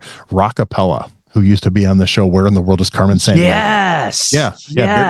He's the one that said Carmen Sandiego. Yeah. Barry Carl. He's like, "Yeah, dude, I've been studying martial arts my whole life." So he was like my fifth episode. So it's like those people who aren't known for martial arts also. I wanted to get them. And that's why I went for people like that. And I've had like, NFL Hall of Famers. I've had musicians, motivational speakers, obviously, TV actors. Like my 100th episode was Ian Armitage from Young Sheldon. Sheldon. Yeah, that's right. Yeah. I remember because you were actually referred to him by a former guest and somebody that I also know in the Washington D.C. area, Master Francis Panetta, who is from the June Reese School. Yeah, Francis has probably sent me and referred me more guests than anyone. And I'm not joking. So originally, Carmichael Simon is the one who referred me to Francis. And then Francis has sent me probably over 20 guests. Easily. Wow. Yeah, he's sent me a ton. I love Francis. Francis is awesome. I actually got to meet him in person a little over a year ago. I had to fly to DC to bring my son home and stuff, and met him, and actually got to meet Ian in person, which was kind of cool. But I've had 4 of the original American Gladiators from the early '90s on my show, and yeah, that's right. Yeah, you interviewed. I remember you interviewed Nitro Dan Clark. I remember that. Yep. I tuned into that episode. That was a pretty good episode. Yeah, he was fun to talk to, and him and Malibu and Saber, and yeah, it was kind of fun to talk to them. And like I said, anyone who has a cool story and is willing to chat with, I'm willing to give a shot. I've had a few that have gone bad, unfortunately. I've had 2 episodes that haven't aired for different reasons. Right. I've only had like 2 guests ever say no. Flat out say no. I've had 1 no turn into a yes, which was kind of cool. Sean Kanan, Mike Barnes, Karate's Bad Boy. Yep. Karate Kid Part 3 and Cobra Kai. Yep. He originally said no. I had reached out to him before my show launched, and he's like, "Hey, good luck with your show." He goes, "You don't really have a following. I don't know if this is going to work, but good luck." I'm like, "That's fine." And after the show launched, I just sent him another message and said, "Hey, I realize you don't want to do this, but I've actually interviewed people that and are friends of yours, and I thought you might enjoy these interviews." And I sent him a few links. And like 5 minutes later, he's like, "That's an impressive guest list. How does next Monday work for you?" just like that. So he was such a cool guy and such a good guest. And I mean, I had James DeMille, one of Bruce Lee's original students from Seattle in 1959, and some of the ones you've mentioned. I've been very, very, very lucky. Jimmy Pedro and Diana Lee Inosanto and Ron Bilecki and Jamie Webster. A lot of the guys from WMAC Masters have been on, and it's been so much fun. And even Daryl Vidal, you interviewed him. Yep. Oh yeah, Daryl. Yeah, Daryl's one who I think, I can't remember if he originally said no to or not. I can't remember, but I reached out to him long ago. He was one of the first ones I reached out to years ago, and then when his book came out, I think he started doing a lot more podcasts and stuff. And yeah, super nice guy. Super nice guy. Oh yeah, he class act all the way. Yeah, and it's just fun. It's fun hearing their stories. It's fun letting them tell their stories. My episode coming up this week, this Thursday, is another one from Francis, Jesse Jackson Jr. Oh, no kidding. Yeah, obviously, I'm sure most people have heard of Jesse Jackson. Ran for president in 1984. Reverend Jesse. Yeah, his son was one of June Ree's students. So that's right. Yeah, I heard that. Actually. So that was, and he's also a radio guy now too. He got his radio show just launched like last month. But another just super nice guy, super easy to talk to. So yeah, it's a fun journey. And as I tell people, as long as people keep saying yes, I'm going to keep doing it. It's sometimes it's tough because with my background, I'm kind of an audio snob. I want my show to sound good. And I've had many of my guests, especially some of the big name guests, tell me that it's one of the best sounding podcasts they've ever been on. And that means a lot to me. And so, I mean, I spend roughly 4 to 5 hours editing each episode. Do you yourself, not to cut you off, and I'm sorry about this. No. But do you feel like it's hard sometimes to get the guests that you want? Yeah, I mean, obviously, I still have like my dream list of some that I haven't been able to get yet, or some that have said yes and I just haven't been able to schedule them. Mm-hmm. Obviously, the bigger names are definitely busier. I obviously, as anyone would probably love to get Chuck Norris, but he just doesn't do interviews anymore. That one I've come to realize that one will most likely never happen, just because he just doesn't do interviews anymore. So. Unfortunately, that one. But there's I'd love to get like a Jackie Chan or a Jet Li and things like that. But even other people, I have some of the old school UFC guys. I'm working on one right now. Someone who fought in UFC 1 I think it was UFC 1. I'm working on that guy right now. I've chatted with him a few times. We're trying to schedule a date and stuff. And there's other people like Don the Dragon Wilson. That took me 18 months from when he first said yes to actually get him scheduled. Don's a busy guy, super busy guy. Yeah. So, and what's funny is when I first asked him, he's like, let's have a phone chat first and talk about it. And we ended up talking for almost 2 hours. I'm like, Don, you realize I could have just hit record and this could have been our podcast. He's like, yeah, you probably could have, because he just loved to talk. It was so great. But yeah, it was like 18 months later, we finally scheduled it. So yeah, the hardest part is getting a hold of them. Once you can reach the person, and then it's usually just whether or not they want to, whether they have time, and then scheduling it. The hardest ones, I think, are the foreign ones because of the time differences. Right. Right. I've had to do a few as early as like 6 a.m. my time, and as someone who's done radio most of my life and professional voiceover, that's not a good time for my voice. That's just, most professional voiceover artists will tell you that there's a certain time of day where they know they have what's called their money voice. Yeah, that's when they try to do most of their big jobs, because they know that's when their voice is going to sound the best. Right. So usually me, that's sometime between like 10 a.m. and like 6 or 7 p.m. is my best time for my voice. But sometimes I have to do interviews before that and after that, just because of the guest. Like I said, when you have someone who's 12, 14, 16 hours ahead of you, I interview people in Australia and Japan and all over. So it's a challenge, but you do what you can and you make it work. Yeah, for sure. What kind of tools and hardware do you work with when you actually do your podcast? I mean, do you work with like certain type of software? Do you work with a certain type of microphone? Do you have like an audio interface? How does that work out for you? So for the podcast, for the martial arts podcast, I use a Rode Procaster. If you're familiar with that. I've heard of Rode Procaster. Yeah, I heard of the brand Rode. Yeah, it's Rode Procaster was one of the first recorders specifically built for podcasting. It's now gone through like Gen 2, Gen 3. I love the Gen 1, and before they quit selling them, I bought an extra. I have a brand new one in a box just in case this one ever goes out. But luckily it hasn't. But it's essentially a mixer board that you can plug 4 mics into. You can plug a cell phone into via a cable, a TRRS cable. You can also plug a cell phone via Bluetooth. And you can also plug it via USB into a computer. That's what I'm using to talk to you right now, since we're doing it over Zoom. So you can technically have 6 guests on here on one system, and it'll put them all in separate channels. It's got built-in sound effects that I never use. It's got, here, I'll play one for you.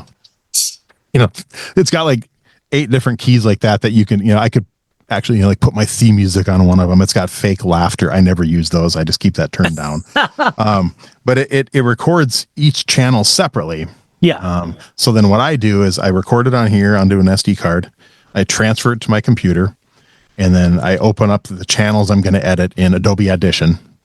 I've been using Adobe Audition my whole life. Adobe Audition started as Cool Edit Pro back in the 90s, and I was using Cool Edit Pro back in the day. So I've been using this tool for almost 30 years, and I know it back and forth. So it's my favorite, and I'm good with it. I use it for all my voiceover. Okay. So what I'll do then, like if I was interviewing you right now, what I do first, then I'd pull up the channel with just your voice in, and I'd go through and give it a listen, just listening for like background noise, like a dog bark, or maybe you're clear your throat while we're talking. I'll go in, I'll mute all that out. Okay.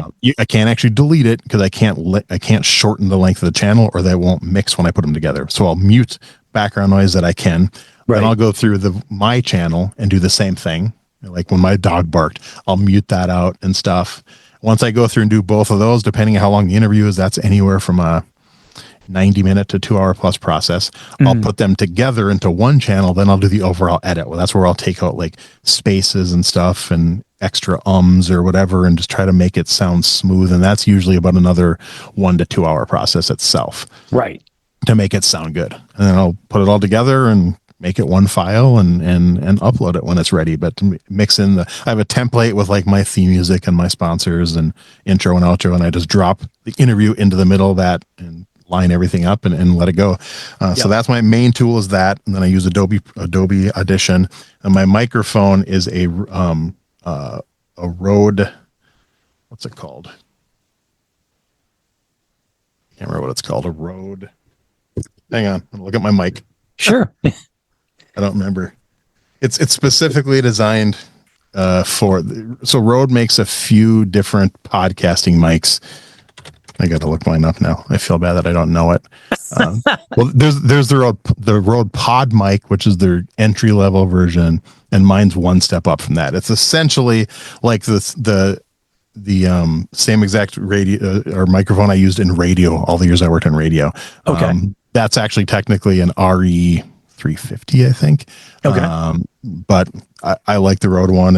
I got a deal when I bought the Rodecaster. So I have 2 of those mics in case I ever do in-person interviews. I don't do as many of those as I used to.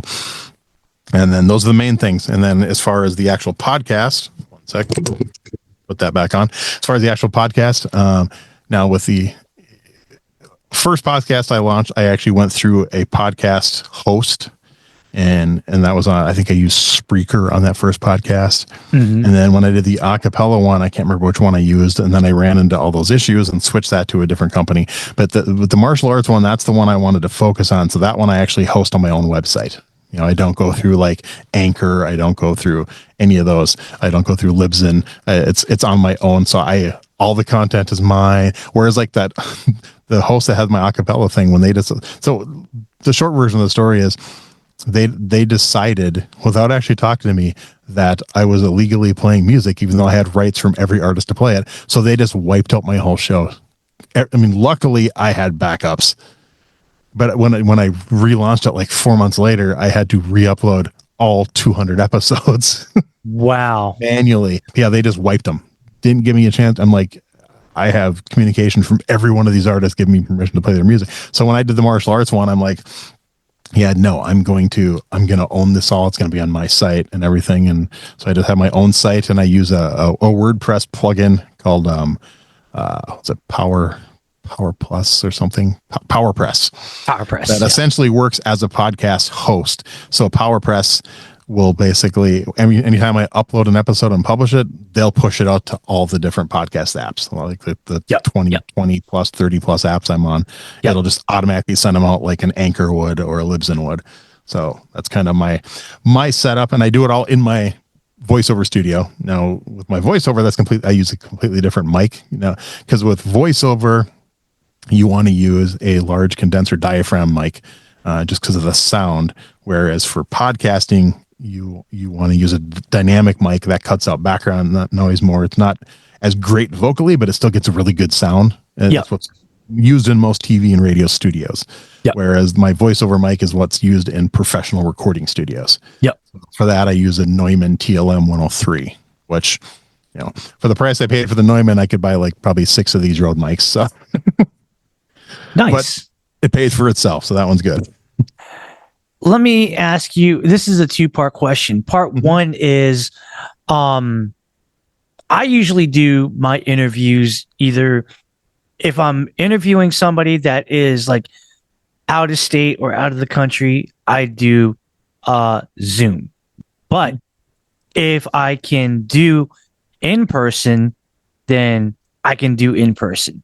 You acknowledge the fact that you had done in person at one point, but you don't do it as often. Is it because you don't have a lot of people coming over to visit you in person to say, I can do it and I can commit to that? Or do you felt like just an in-person is just too much of a trouble? Where's your logic in that? Well, the main reason was in person was because a lot of my first few guests were fairly local to me within at least a few hours. Right. So it's easier to just pack the equipment and go.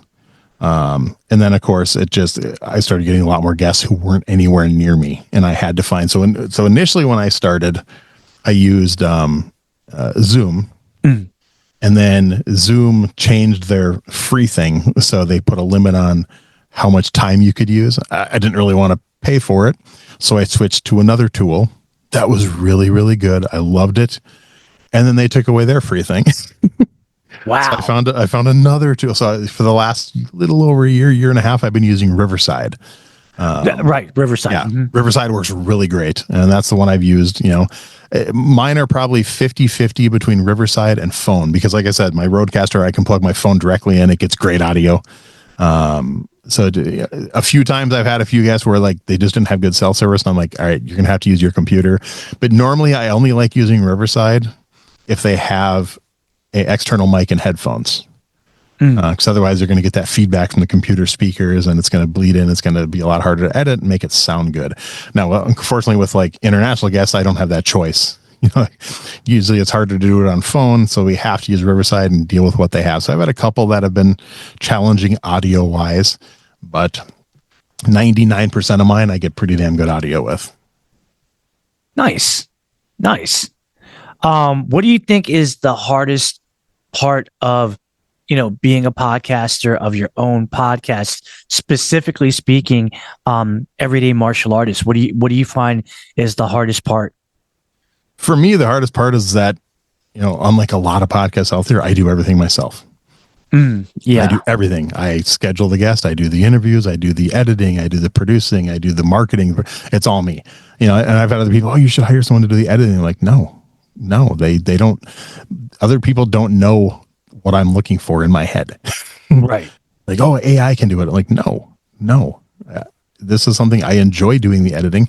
It is the hardest part because, like I said, I sometimes put 4 or 5 hours into each episode just to get it. And like, I've had a couple guests. I had one guest go over 2 hours, and I actually had to stop him and like, dude, this is fun. I'm sorry, but this is going to take me 10 hours to edit, and I really don't want to do that. So we need to wrap it up. I've only had to do that with a guest one time. I stopped him at about the hour 50-minute mark, and we still went to 2:15. And it was like, I think by the time I edited it, we got it down to like 140, 145. No, but it was like, and a few times, for the most part, I don't edit out anything major. It's just, anytime you record over the internet, there can be delays. And like, if we're talking and I pause for half a second like that, sometimes if there's latency with it, that can actually be like a 3-second pause. Right. So I need to shorten that down to make it sound like a more natural conversation and stuff. So, that's a big part. And sometimes people just go off on tangents on other stuff that had nothing to do with the podcast. And sometimes I'll strategically take that out, and the guest never knows, because between the time when I interview them and actually publish their episode is sometimes 1 or 2 months later, they're not going to remember what they said. To give an example, Don the Dragon Wilson, love him. It was a great interview. He went on like a 20-minute tangent about Jean-Claude Van Damme. Oh God. Yeah. Cause I'm sure you've seen, he doesn't like Van Damme much because of the whole kickboxing, and some of it just went a little overboard. So I took it out. No one ever noticed. The interview still sounded great. Yep. It was fine. And I've had, 1 or 2 times where I've had a guest ask me to take something out. I had a guest one time when we were done be like, can you take out what I said about Steven Seagal? I'm like, yeah, no problem. And the thing is, I mentioned that to all my guests beforehand, like if you decide afterwards or whatever, because some podcast hosts won't. I've actually argued with other podcast hosts, like, no, if they say it's going on the show. I'm like, why would you be a dick to your guests, first of all? Right. If you're a jerk to them, first of all, they'll never come back if you want to bring them back again. They'll never give you any recommendations. They're going to badmouth you as a host in the show. Right. If they ask you to take out something they said, take it out. I had one guest that he talked a little bit about guns. Not a big deal. No, but he's like, I'd rather just take that out because this is a martial arts podcast and I don't want to. I'm like, it's fine. Other guys are talking. He's like, no, I prefer. I'm like, all right, no problem. He's like, you're sure? I'm like, yeah, not a problem. I'll take it out. So, sometimes so I'd say overall the hardest part is just the editing because of the time it takes. The other part is sometimes guests not following instructions. Like sometimes I'll tell them, when I ask you like your first question about your martial arts background, just answer that question. Yeah. Don't tell me your whole journey in 5 minutes, because that kind of kills, half hour to 40 minutes of the interview. Yeah. I've had people like, oh, I started here and then this and then this. And I can't even stop them. And then suddenly they've gone through their whole life up until today in like 5 minutes. And I have to tell them like, go a little more in depth. A couple times I've had to stop, or otherwise I'll just back up and say, to back up a little bit. I want to dig a little more deeper into this part. But, as you can tell, some people that aren't used to doing interviews and stuff. I've had, I had one guest, I famously tell the story. I asked him the first question and I didn't get my second question until 40 minutes later. Wow. And it was great though, but he was telling amazing stories and I didn't want to stop him. And there's other ones where it's like, I struggle to get to 30 minutes for anything. And like for me, a good interview, I want to get to as close to an hour as possible. If it goes over, that's great. But for a minimum, I don't want it much less than like 50 minutes. I've had a couple of the celebrities like, I can only give you 35 minutes. I think I've had two celebrities that had very tight time crunches, like 35 and 40 minutes. And a few of them I got to go a little over because they were actually having fun and enjoying it, which was good. But yep. Yeah. But for the most part. And the other one is, someone who's coming on and just doesn't want to answer questions. I'm like, why did you agree to this? If you're not going to, they don't have answers for half my questions. I'm like, you said you'd listen to my show, so the stuff I ask. Why would you agree to come on if you're not actually going to answer those questions?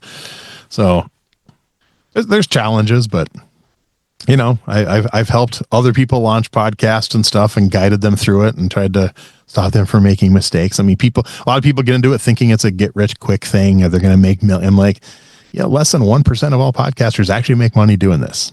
Yep. This is not a money making thing. But also there's a myth about it where what you need to do to make money, because people think that unless you're getting thousands and thousands and thousands of downloads, you're not going to make money. Well, that's not actually true. There's ways to do it, especially with niche shows like ours. I mean, I have a couple sponsors, I'm not going to get rich doing this. Definitely, but technically if you get over, where did I read? I just read these stats like 2 weeks ago, but if you get over, I think it's like 1,000 downloads in your first 30 days of an episode, you're in like the top 10 or 20% of all podcasters. Wow. So it's like people see these numbers like Joe Rogan and they think that's the only way you can make. Like, no, he's in like the top less than 1%. Yeah, that's right. and a lot of people out there that are claiming, I'm getting 30,000 downloads an episode. Well, a lot of those are not. They hired these people and they're using bots to fake the numbers to try to get sponsors. And it's like, unless you actually know and your listeners are interacting with you and giving feedback, you don't know what you're really getting. So, yeah. I get that. Wow. That's definitely a lot, but that's definitely cool to dig into your mind when it comes to the podcasting arts and how it got there and the stuff that you use behind the scenes that maybe not many people are really familiar about. That's good. That's really good. And with that, I don't want to scare people. Like, if you want to do a podcast, you don't have to have the expensive equipment I use. I mean, I know people who do a podcast with nothing but their phone, literally nothing but their phone. Spreaker is actually a great app for that. They have an app you can do the whole thing right in your phone and upload it from your phone. You have to do nothing. But I mean, you can get a $70 to $120 microphone and a cheap audio interface and free software, like Audacity, and get some pretty good audio and do it. I mean, if you enjoy it and you decide you want to try to monetize it later, that's fine. You could upgrade your equipment if you need to, but to get started, you don't have to break the bank to do it. I mean, I was lucky enough. I had a studio in my house for doing radio production and professional voiceover.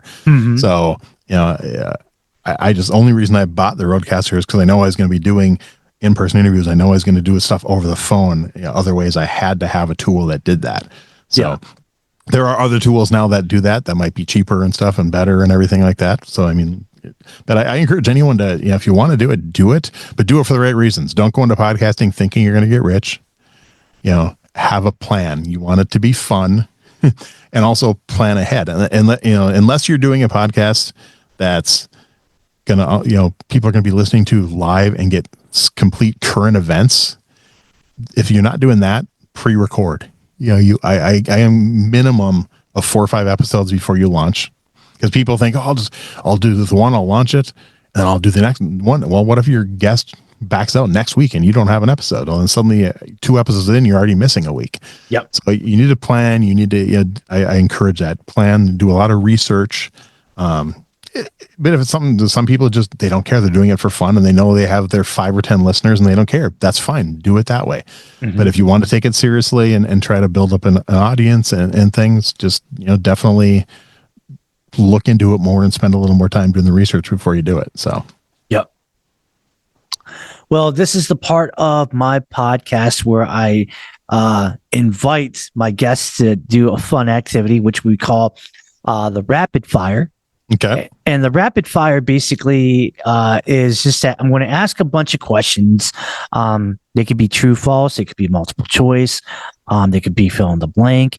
They could be realistic type questions. They could be questions that are kind of like, fantasy based. But either way, it's a cool activity. It's just things that I do with my guests to just, we do a fun activity to, give the people what they want, knowing that it's almost the end of the road for this interview. Okay. So, example, if I said, between Coke and Pepsi, what's your favorite beverage? And you might say Coke because, it's, the original cola and it tastes good. I could ask you, true, false. Bill Russell was the greatest NBA player of all time. And you could probably be like, that's probably false. True. No, I'd say false. Michael Jordan. Okay. But I would just say for the all intents and purposes, you probably might have said true because, in the 13 years of the NBA and you won 11 championships, that's pretty gangster. Oh yeah. Yeah. He was good, but I grew up with MJ, man. I'm an MJ guy. No, I was with that too because I was part of that generation too. Now, I mean, I'm not far away from your age bracket. I'm nipping at the tailcoats, but I'm there. There you go. Yeah. Or I could ask you, fill in the blank. The best part of my day is blank. And you might say when I just go home and get some sleep. Probably. So Brian Doucette, are you ready for the rapid fire challenge, sir? I'm ready. Bring it on. All right, here we go, guys. In no particular order, we're going to go ahead and do this. Between the primary colors of yellow, red, and blue, your favorite color is? Blue. What is your favorite color on a car? Also probably blue. Okay. Yeah. Transmission on a car, automatic or manual? I drive an automatic, but I miss driving a manual. I wish I could get another one. Okay.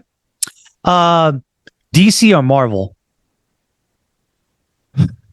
Really close, probably like 51-49 Marvel. Ooh! Now here, break it down a little. Movies, Marvel 100%. Yes. TV, I think for a while DC had the lead. The comic books themselves probably 50-50. Yeah. Okay.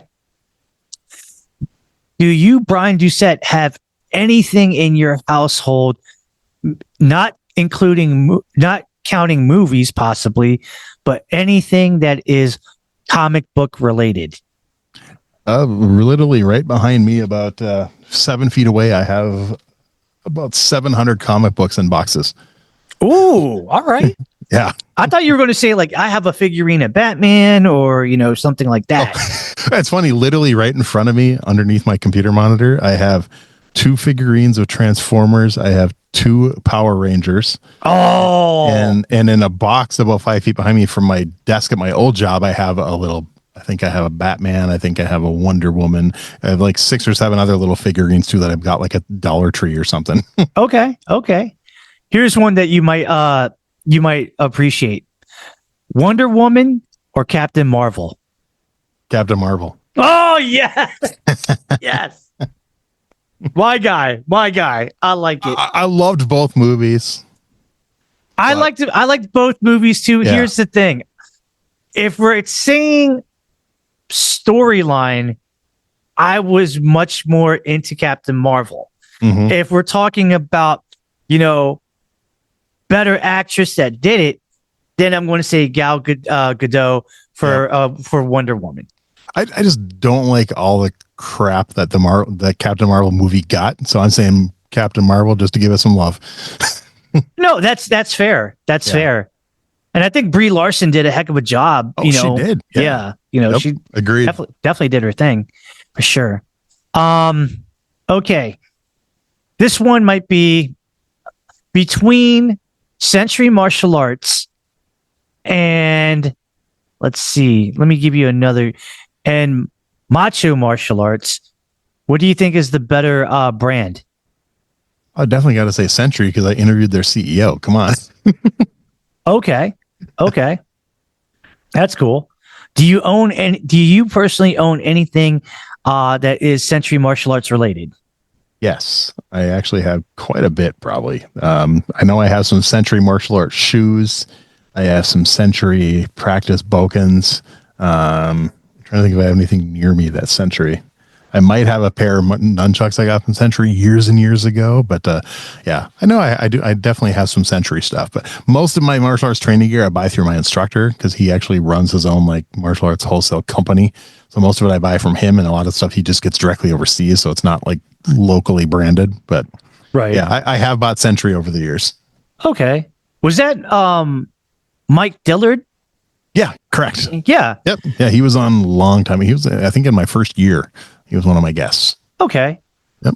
So does that mean that ever since that you interviewed him, he gave you like a corporate discount and you can get like stuff off for 50% off? I wish. No. Oh man. But that's also something I wouldn't ask for. Like if that's something they offered, that's one thing. That's right. Like I've heard of podcast hosts that do that. They'll bring someone on that and just to try to get a discount. I'm like, no, don't do that. That's kind of tacky. If they offer it, that's one thing, but yeah, no. And I've had a few that do it. And I've had some, guests send me their books and stuff. But other ones I've gone out and bought them if they haven't offered, if I've wanted the books. But right. Yeah, no corporate sponsorship from Century at this time. But as a martial arts podcaster, you have to admit that would be a sweet deal if we could land that.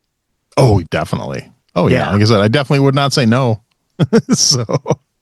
Hey, Century, won't you hook us both up? I mean, we're both, martial artists, and Brian has a martial arts podcast, and I interview martial artists from time to time, and I wear your stuff religiously. There you go. Hook us up, give us a good deal. Hey, well, I will give one plug.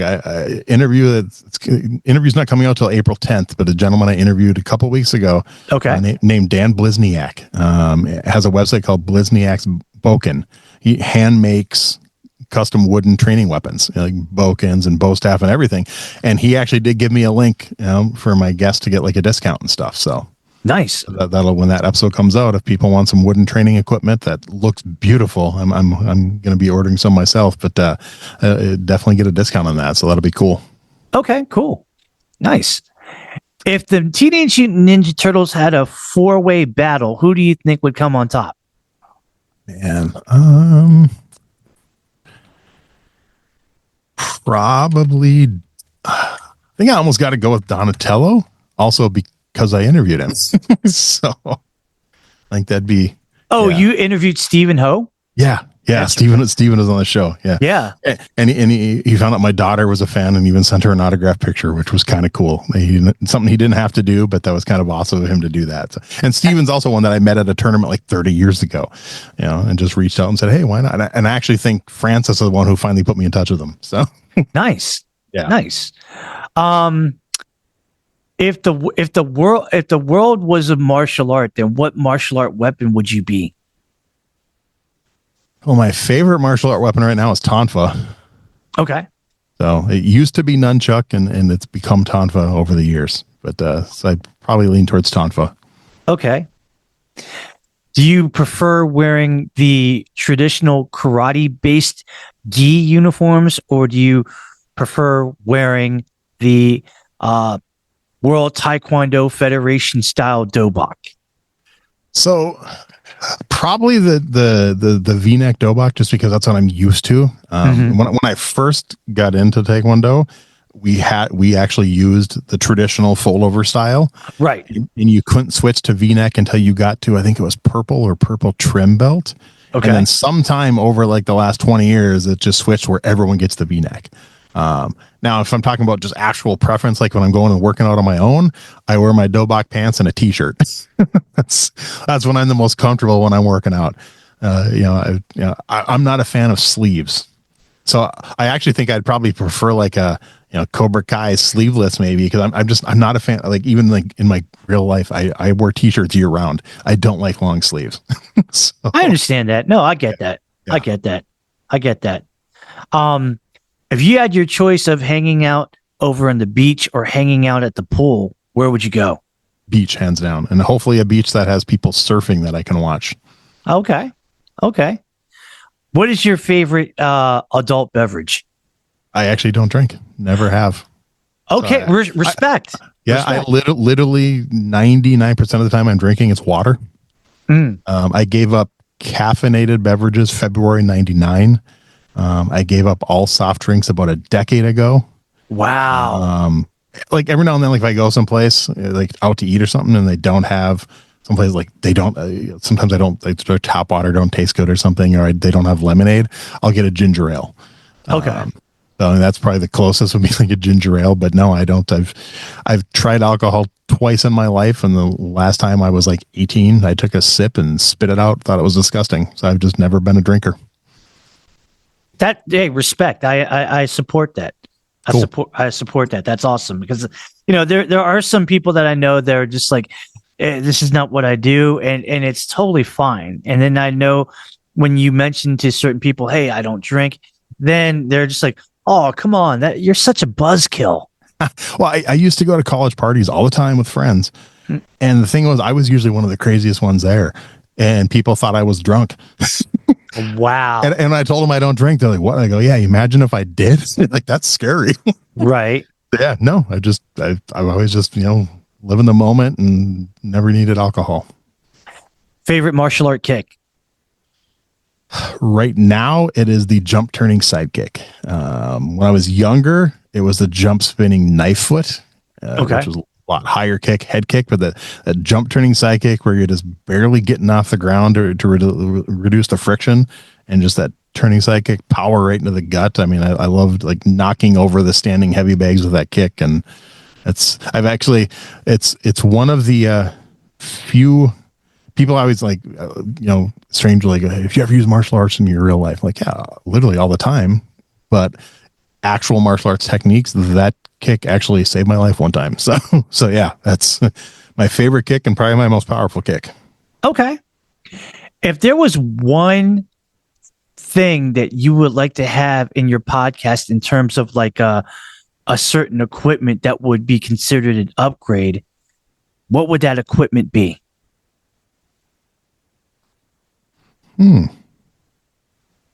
Now we're talking anything from like, it could be a new computer, it could be a new microphone, it could be a new audio interface, it could be a new type of recorder. What if you had your heart's desire set on something and you can get it without any hesitation, and if money was no object, what would you get? Well, if money was no object, I'd probably build a whole separate studio from my voiceover studio, and actually have my separate Rodecaster set up with 4 mics, so I could actually bring in guests and do a multi-guest podcast in person and stuff, and like that. But I mean, as far as equipment for what I'm currently using, it's perfect as is. I don't really need anything new. My computer was custom built by me specifically for audio production. So that's, when that's ready, I'll build, when that's no longer what I need, I'll build a new one. That's no problem. But the microphone is exactly what I need. It's, it's another $200 on a microphone isn't going to make it any better. It's really not. This microphone is perfect for what I do. And the Rodecaster, I just hope it stays alive. I mean, like I said, they make the Gen 2 and Gen 3 now, and I'm not impressed with them. So, that's the whole reason I bought a second one. So I already have a second Rodecaster Pro that I, in case I need it for backup and stuff. And I'm pretty much good. Other than, like I said, a separate space where I could soundproof it better. Cause like right now when I record, I'm in a basement in my corner. And like, if I record in the winter, I got to shut off my furnace. If I record in the summer, I got to shut off my AC. And if a train comes by 2 blocks away, I have to try to plan around the train schedule so I can do interviews. Otherwise that'll come up. But so yeah, just a more separate soundproofed studio room would be the main thing I'd want. And we're looking for a new house, and my plan is to, when we get into a new house, to actually build that studio. So there you go. Nice. Apple iPhone or Android phone? Android 100%. I hate Apple. Sir. Always have. I've been anti-Apple since the 80s. Nope. Absolutely hate Apple. Oh man. Ooh. Overpriced. Yep. Not an Apple fan. And I have to troubleshoot Apple stuff at my IT job, and I hate it. So I've always been a Linux guy, so I love that Android is Linux based. Yeah.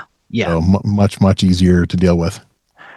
This one I kind of stole from you, so it's a 2-part question. All right. On everyday martial artist, you always ask the question to your guests about, if you could have your own personal Mount Rushmore of martial artists, who would they be? So now that we're asking you, then I would like to ask you, who is on your Mount Rushmore of martial artists? I've actually answered this a few times, and it probably changes depending on my mood and stuff. But as I tell everyone, my first one I always put up there is Mr. Miyagi, 100%. Oh, there you go. Yep, he's got to be up there. Bruce Lee for sure. My current instructor, Jim Grimstead, said I've been with him for 30 years, so he's got to be up there. I'd probably throw Chuck Norris up there, and then also my instructor's instructor, Grandmaster Mu Young Yun, who's a 10th degree black belt. He doesn't train anymore. He's retired, but I've been lucky enough to train with him twice in my life. Just such an amazing person, and so probably those 5. But I mean, that's something where you ask me that question in a week, some of those answers might change. I mean, a couple will always be up there, but it just kind of depends. I mean, definitely some of my guests I'd put up there if I were to go more than 5 names. Like Mark Dacascos. That was one of those dream guests that I wanted since day one, and was finally able to get him. So I'd definitely probably put Mark up there. But yeah, that's a tough one. It's hard to narrow that down that many, but those are my top ones. All right. From the makers of that question, if you could make a Mount Rushmore of the best martial art films, then who would make it in that Mount Rushmore? Yeah, I think I've heard someone else ask that very similar question to that too. And it's, I tell a lot of my guests, I have my handful of martial arts movies that I watch every year without miss. I always watch them. Number one is Karate Kid. Yes. Best of the best. Yes. Perfect Weapon. Okay. Only the Strong. Okay. And Enter the Dragon. Ooh. Those would probably be my top 5 for sure. I'll allow it. I'll allow it. Yeah, no doubt. No doubt. If you could give a piece of advice to somebody who says, I want to be a podcaster just like you, where you have a good podcast and it's fairly successful, what is your advice that you could give me so that maybe I could be in, the same level as you or maybe even higher? I think I answered a lot of that a little earlier when we were talking about that, but the main part is research. And I'd say find someone who has basically a podcast or a setup or something that you want to emulate and reach out to them and ask them if they're willing to. Because like I said, I've helped a lot of people start this. I'll have a 10-15 minute phone conversation with anyone who's serious about it if they really want to, and answer questions and point them in the right direction. I do the same thing in the voiceover world. So many people that I want to get into voiceover and they just Google and go and buy a bunch of equipment. And I'm like, well, I have this setup. Well, good. Now you need to sell it because you don't have the right stuff. Like you should have asked someone first who knows what they're doing. So, don't just trust do research, but also don't just trust what you read online. Actually have a conversation with someone who's doing it and knows what they're talking about. So you can avoid the mistakes. I would say that'd be a big part of it. Gotcha. You have had a good menu of people that you have interviewed in Everyday Martial Artists, but I always feel like there's just some more people that you would like to interview that you probably haven't yet. If there was a couple of guests that you can think of right now that you would like to interview that you never had the chance to, who would actually make it on that wish list? I mean, first of all, Chuck Norris, but like I said, that unfortunately probably won't happen because he doesn't really do interviews. I do have, I don't know if I want to mention the names yet, because I have some I'm working on that I've been trying to get for a long time. Heck, I'll give some of the names. Like I'm working on Shannon Lee. I'm working on Ernie Reyes Jr. I'm working on Hickson Gracie. I'm working on BJ Penn. So I'm working on some bigger ones than that. I'd love to get a Keanu Reeves. Another big one I really want to get is Kelly Slater. If anyone knows that name, he's one of the top surfers in the world. Yeah, that's right. Yep. Yeah, but he's a BJJ guy. I'd love to talk to him. He'd be so much fun to chat with. People like that. I'd love to get Clark Gregg. Speaking of the Marvel universe, Agent Coulson himself. He's a black belt in BJJ. I'd love to get him on the show. I'd love to get Ed O'Neill from Married to Children. Al Bundy. Bundy. He's a BJJ black belt. I mean, he'd be a fun one to talk to. Yep. Actor Taylor Lautner.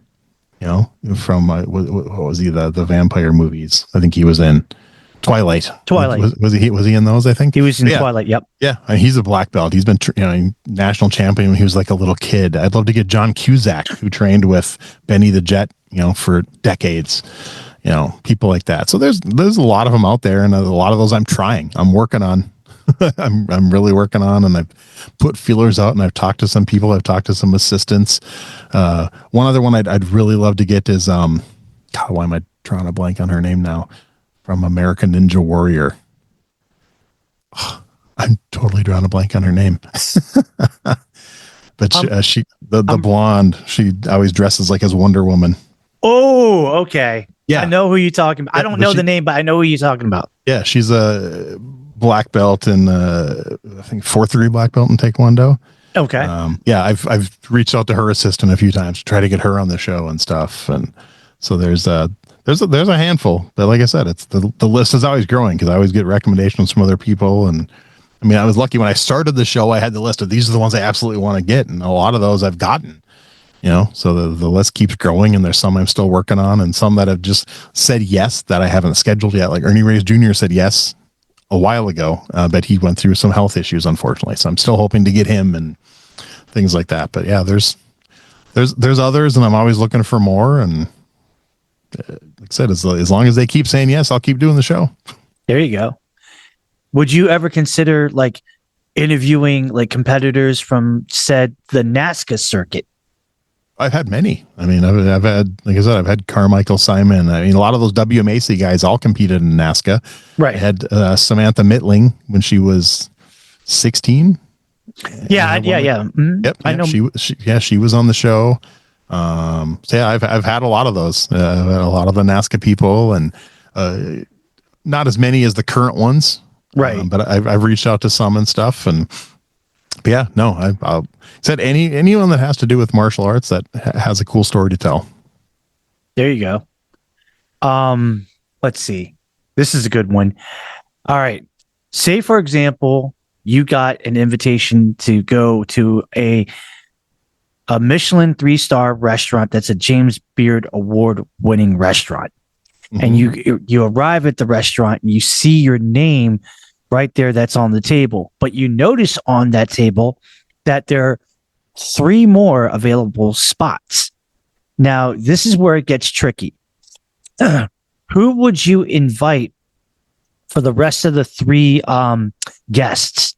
The exception to the rule is the following. You can invite people that you know or you don't know. They could be famous or non-famous. They could be alive, or they could be deceased. Okay. Who would those 3 people be? Bruce Lee, 100%. Okay. He's definitely the first one. Okay. I think who else here? Probably my dad, who passed away 15 years ago. Mm. That'd be a good one. And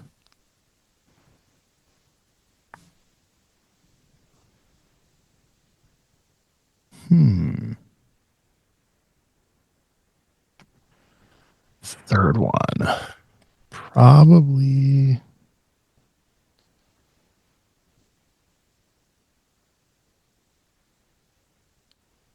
actually Mark Dacascos. Yeah. Nice. Mark Dacascos, yeah. Nice. That'd be a good one. How do you think that dinner and that conversation, how do you think it would pan out? I don't know. No clue. you know, 2 martial artists and mix in with my dad. It could be interesting. So who knows where it would go? I mean, I know my dad liked watching movies with both of those guys in. So hopefully we would talk about that, and it'd be just talk about anything. Not probably not just martial arts, but just life in general and philosophy, and it'd be good. It'd be a fun dinner. Yeah, for sure. Mortal Kombat or Street Fighter? Talking movie or video games? Both. For movies, definitely Mortal Kombat. Street Fighter was not good. Yeah, for sure. Just not a good movie. Well, it depends. Which Street Fighter? You're talking the Van Damme one or the newer one with the female lead from Smallville? Because that was actually not a bad movie. But that Chun-Li one was pretty good. Yeah, that was decent. Video game, out of those 2, Mortal Kombat, but overall I picked Tekken over those 2. Okay. I'm not mad about that. All right. We have a few more questions and then we're going to go ahead and wrap it up. Okay. Let's see. If you could make the perfect martial arts fighting system, then what would be the formulaic arts that you would put into that martial arts system? So if I finally launch Bri-Kwon-Do, you're talking? Hey, whatever you want. I mean, no. I always feel like Bruce Lee was like kind of like the godfather of this because, inventing Jeet Kune Do by the nucleus of being Wing Chun, but added all these other elements of, like Taekwondo and karate and Hapkido and stuff. I'm like, okay. So what would be your scientific formula to make your own martial art if you could do it? The funny thing is, I've actually thought about this question a lot. I really have. And I'd probably initially go with the styles I've already studied. So I with my background, just because I know them styles, so I'd throw in Tang Soo Do and Shotokan and Aikido, traditional Taekwondo, mix in some American Kempo, some Hapkido, some Judo and Jiu-Jitsu, and some boxing, and maybe a little bit of Shaolin Kempo also. But I'd probably, those would, what I'd take from each, who knows? Because I haven't gone in depth on a lot of those styles, but just from me personally, because of what I've done in my journey, that I'd go with the ones that I've had interactions with myself. So it'd be those for sure.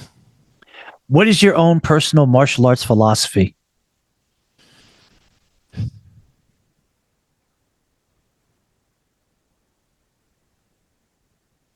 My personal philosophy about is it's just about sharing knowledge.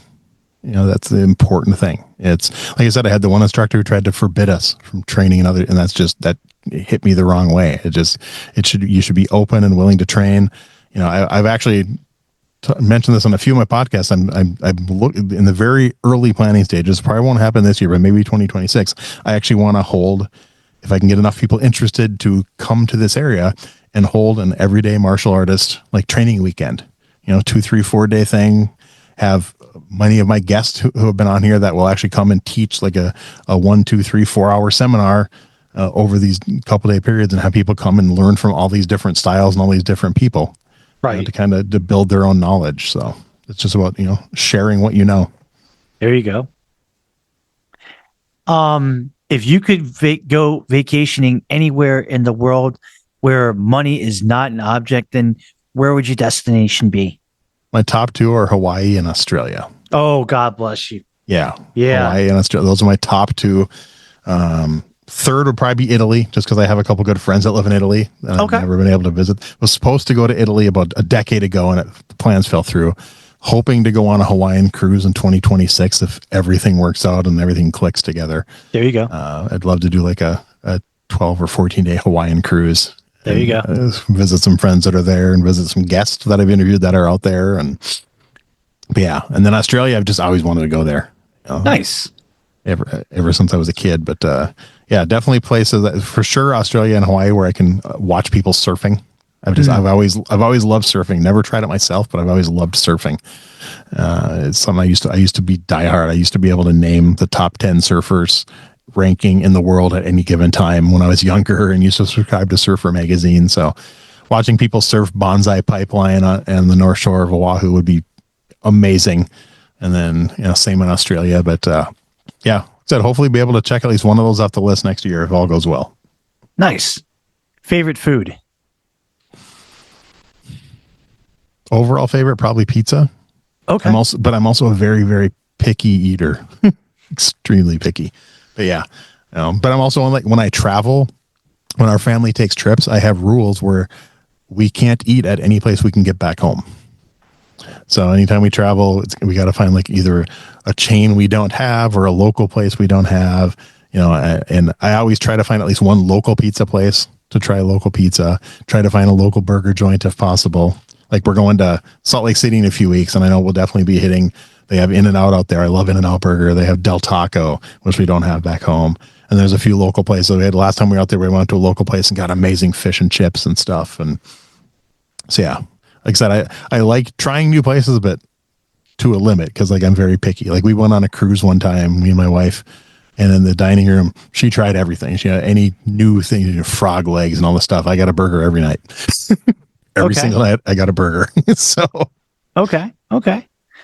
All right, we got 2 more questions. Here's a fun one.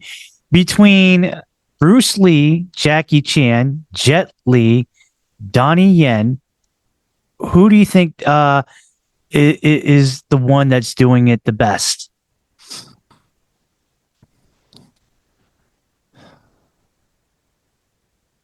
I mean, if Bruce Lee wouldn't have died so young, I think what he could have accomplished is just incomprehensible. I mean, I honestly think he would have truly changed the world of martial arts. Mm-hmm. I know that's controversial. A lot of people don't believe that. I'd be like, he couldn't even fight. I've talked to people who trained with him. He could fight.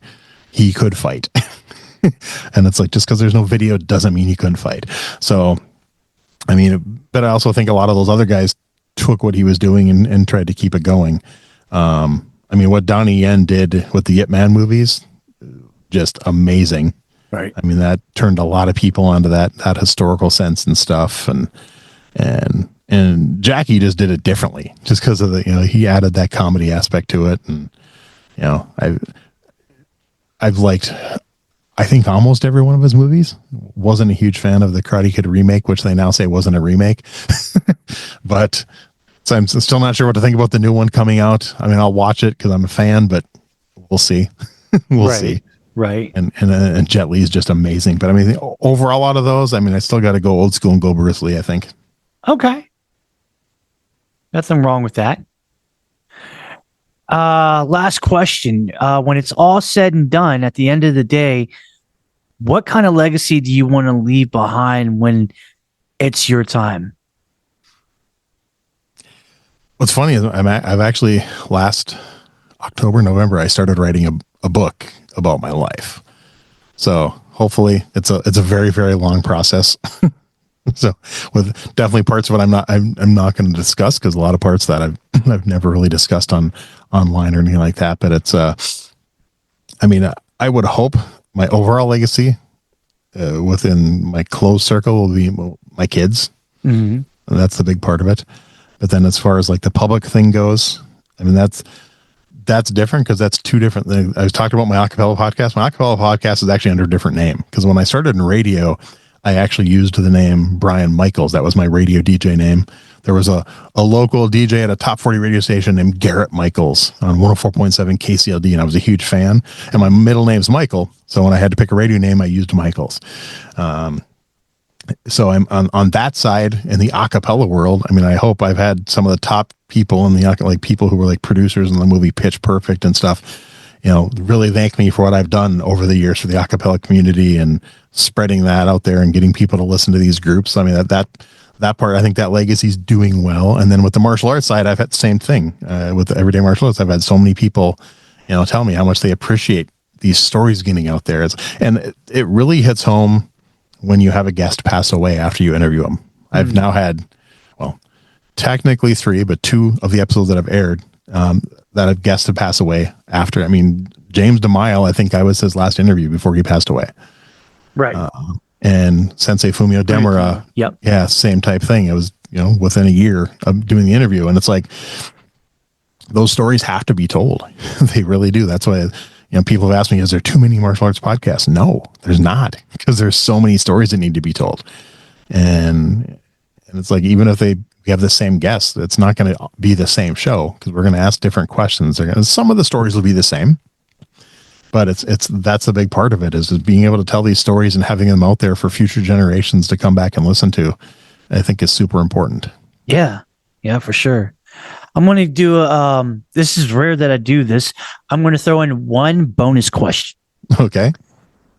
Is there an episode of Everyday Martial Artist that really stood out where you just said, man, that was a great guest and that was a great interview? I mean, there's been a lot because I've had people ask me, what's your favorite episode? I don't have a favorite. I've had so many good ones. I mean, just scrolling through the list. I mean, one of the first ones that really stood out was Ian Armitage. I mean, that was just, I mean, talk about just I mean, he was 14 when I interviewed him, just such a nice, respectful, and even meeting him in person, hands down, one of the nicest young people I've ever met in my life. Just so respectful, so nice. The interview was so much fun. I mean, Mark Dacascos was a dream guest. And like I said, I worked on Mark Dacascos for years. And when that finally worked out and he said yes and did the show, and he was so nice and so giving and so fun. And so, I mean, I could, probably go through the list and pick 40 or 50 easily that stand out. Right. But even like some of the ones who aren't like the known people, like Alexis Potter. I've mentioned her on a few episodes. She runs a local Shoshu school just a couple miles from my house. Met her at a tournament and just chatted with her. I'm like, would you love to do this? And she's like, no one wants to hear me. And I'm so glad she changed her mind and did it. It's been one of my most popular episodes. I've had so many compliments on her episode with it, just how fun she was to talk to and her energy and stuff and her positivity, and people just loved it. So there's so many like that. I mean, Cynthia Rothrock and Kathy Long and, Lynette Love and, Pat Worley. I mean, there's so many good ones that were just such fun interviews. Stephen Ho, Barry Eisler, New York Times bestselling author, one of my favorite authors. His John Raines series are some of my favorite books. And I was supposed to have him on a radio show like 15 years ago, but they decided not to let me do the martial arts talk show. So that fell through. So to actually get him on my podcast and chat with him and stuff and hear his story was so much fun. And another one that really stands out, like I said, a lot of these ones that stand out are people who are not known for martial artists. Michael Antunes. I mean, you're kind of an 80s kid. Do you remember the movie Eddie and the Cruisers? Yes, I do remember Eddie and the Cruisers. The guy who played sax in the movie. Yeah. He played Wendell Newton. Yeah, Michael Antunes. He's the sax player in the real band that played the music for the show. One of my all-time favorite movies of the 80s. And to get him on the show, I mean, the guy's, 80 some years old and still playing every weekend with this rock band. And in my opinion, one of the top sax players in the world, just to hear him talk and hear his story and stuff. So, I mean, there's been, I could never just pick one, so. I get it. I get it. Wow. That's awesome. Well, this is the portion of the podcast where I let my guests go ahead and get a few moments to go ahead and say some last minute stuff or whatever, whether if they want to go ahead and promote, in your case, if you want to go ahead and promote your podcast, or if you want to promote, an upcoming project that you're working on, if you wanted to, leave any information on, your social medias or how people can contact you, or if you want to give a shout out or whatever, I'm going to give you the time to go ahead and do so. And you can just go ahead and start right now. Awesome. Well, definitely, Everyday Martial Artist, you can hear on almost any podcast app out there, but you can also just go to the website, everydaymartialartist.com. And if you click on all episodes, the main page will have the most recent couple episodes. But if you click on all episodes, you can scroll through the whole list, all 200 plus episodes, and listen to those. My other one that I've talked about, my acapella podcast, it's called Uncovered Acapella, just because there's no cover tunes. So it's uncovered, but that's just uncoveredpod.org. That's another one if you like acapella music. I like just listening to original music. I definitely encourage people to check that one out too. But like I said, the martial arts one, upcoming episode, probably be already gone and done by the time you release this one. But Jesse Jackson Jr. is coming up. That'll be a good one. Dan Blizniak that I talked about, the weapons maker, is a good one, and very well known martial artist named Avi Nardia is also another one coming up. And then I got a few more, like I said, I'm working on, nothing locked in yet, but some good stuff coming up and some good episodes coming up. And I just encourage people to tune in and listen. Wow. All I got to say is this episode was a fun one. It was definitely detailed, but I think it's a lot of fun because, we learned a little bit about, you and your history and just the way that you approached your journey in the martial arts, and just how you're navigating your creative medium, being a podcaster, especially with Everyday Martial Artists. And I hope that people learned a lot. I know I did, and I think it's incredible that we finally got a chance and an opportunity to chat it up and chop shop. And I definitely appreciate your time because, you're a very busy individual, whether if it's something that you're doing for your podcast or just, activities that you do out of it, you're a busy guy. But for the fact that you've, made some time with me, I really appreciate it. And you have an open invite to come back anytime that you would like. Nice. Yeah. And like you said about being busy, I mean, I was lucky because I now have just a couple weeks where it's a tiny bit, because I also do sports PA announcing. I'm the local stadium announcer for local college sports and stuff. Right. And I just finished my basketball season on Friday night, and I don't start college softball season until April. So I got a couple of weeks where I can breathe and hopefully try to get caught up editing a few episodes and get ahead a little bit and squeeze a few more interviews in before my trip to Utah. But the busyness, that was the one partial mistake I made starting the show. Right. Is that I started it because when COVID hit, I had so much extra free time because I wasn't announcing live sports, not realizing that, hey, after all this goes away, I'm going to still be announcing live sports again, plus have the podcast on top of that. So right. Kind of stab myself in the foot on that one a little bit, but I still love doing it, and I'll keep doing it.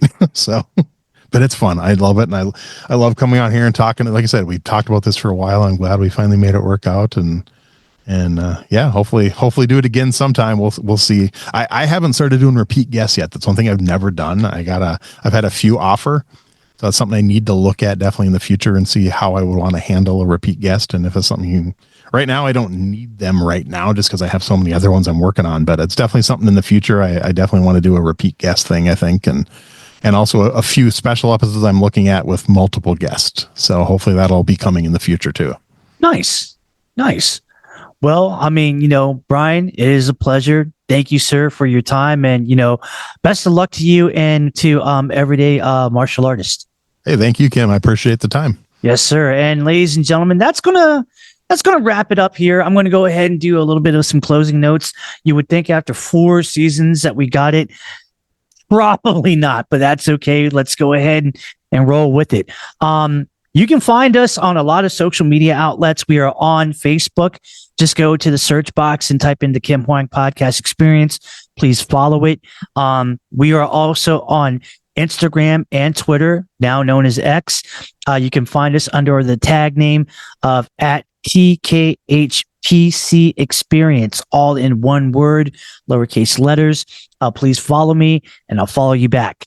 We are now on 6 podcasting platforms, which is incredible. Spotify, Apple Podcasts. We're also on Amazon Music, YouTube Music, Audible, which is not only a podcasting platform, but it's also an audiobook platform.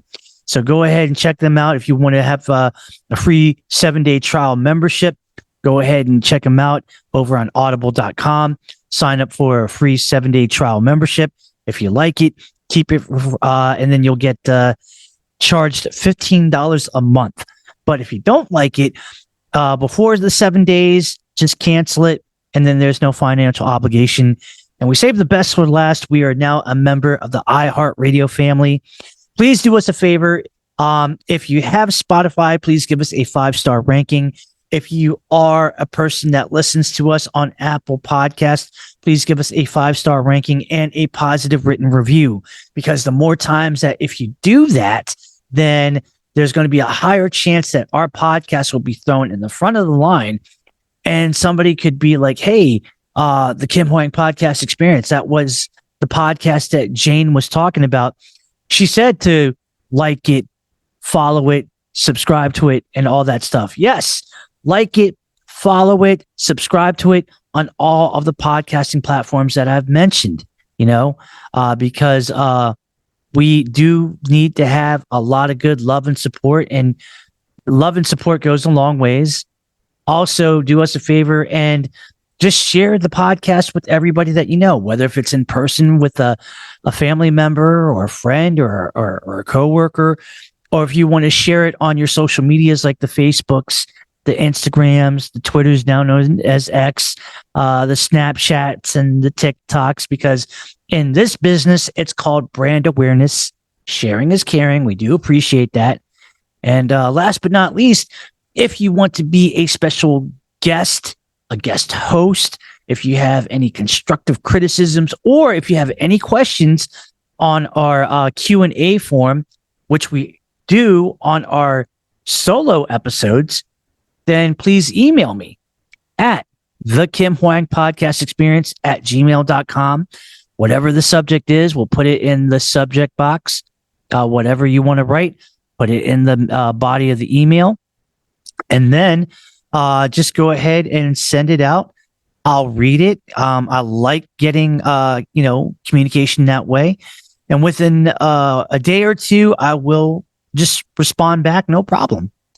So that's it, ladies and gentlemen. Just thank you for your time and your love and support. I've always said that, this podcast show is not only mine, it's yours as well. I do it for you guys, and I always appreciate the love and support. And as long as you want me to still keep doing it, I'm going to keep doing it until the wheels fall off.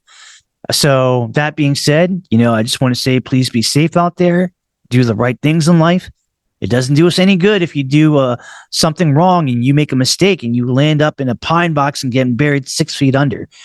We don't want that to happen because we believe in you. We want you to be healthy and we want you to be happy. Anybody else that tells you otherwise, that you're not worth it, you won't succeed, you're going to fail, you might as well give up. You can tell them to go kick rocks and to go somewhere where the sun don't shine, because you have no time, zero time for their negativity. Guys, that's it. I just want to say thank you. I love you all. For the one time, and for my special guest, Brian Doucette, who once again is the host of a good podcast show called Everyday Martial Artist that is out on every single podcasting platform imaginable. Please go out and check out his podcast, like his podcast, and subscribe to it. You don't have to be a martial artist to listen to it, but if you are, that's also cool too. So for the one time, coming all the way from Wheaton, Maryland, over in the Prototype Studio. This is your boy and your host, Kim Huang, the Asian Sensation, saying thank you very much. We definitely appreciate it. We will do it again real soon. And thank you for your time. And, we'll see you on the next one for sure. Gotta go, guys. Keep it real. Peace.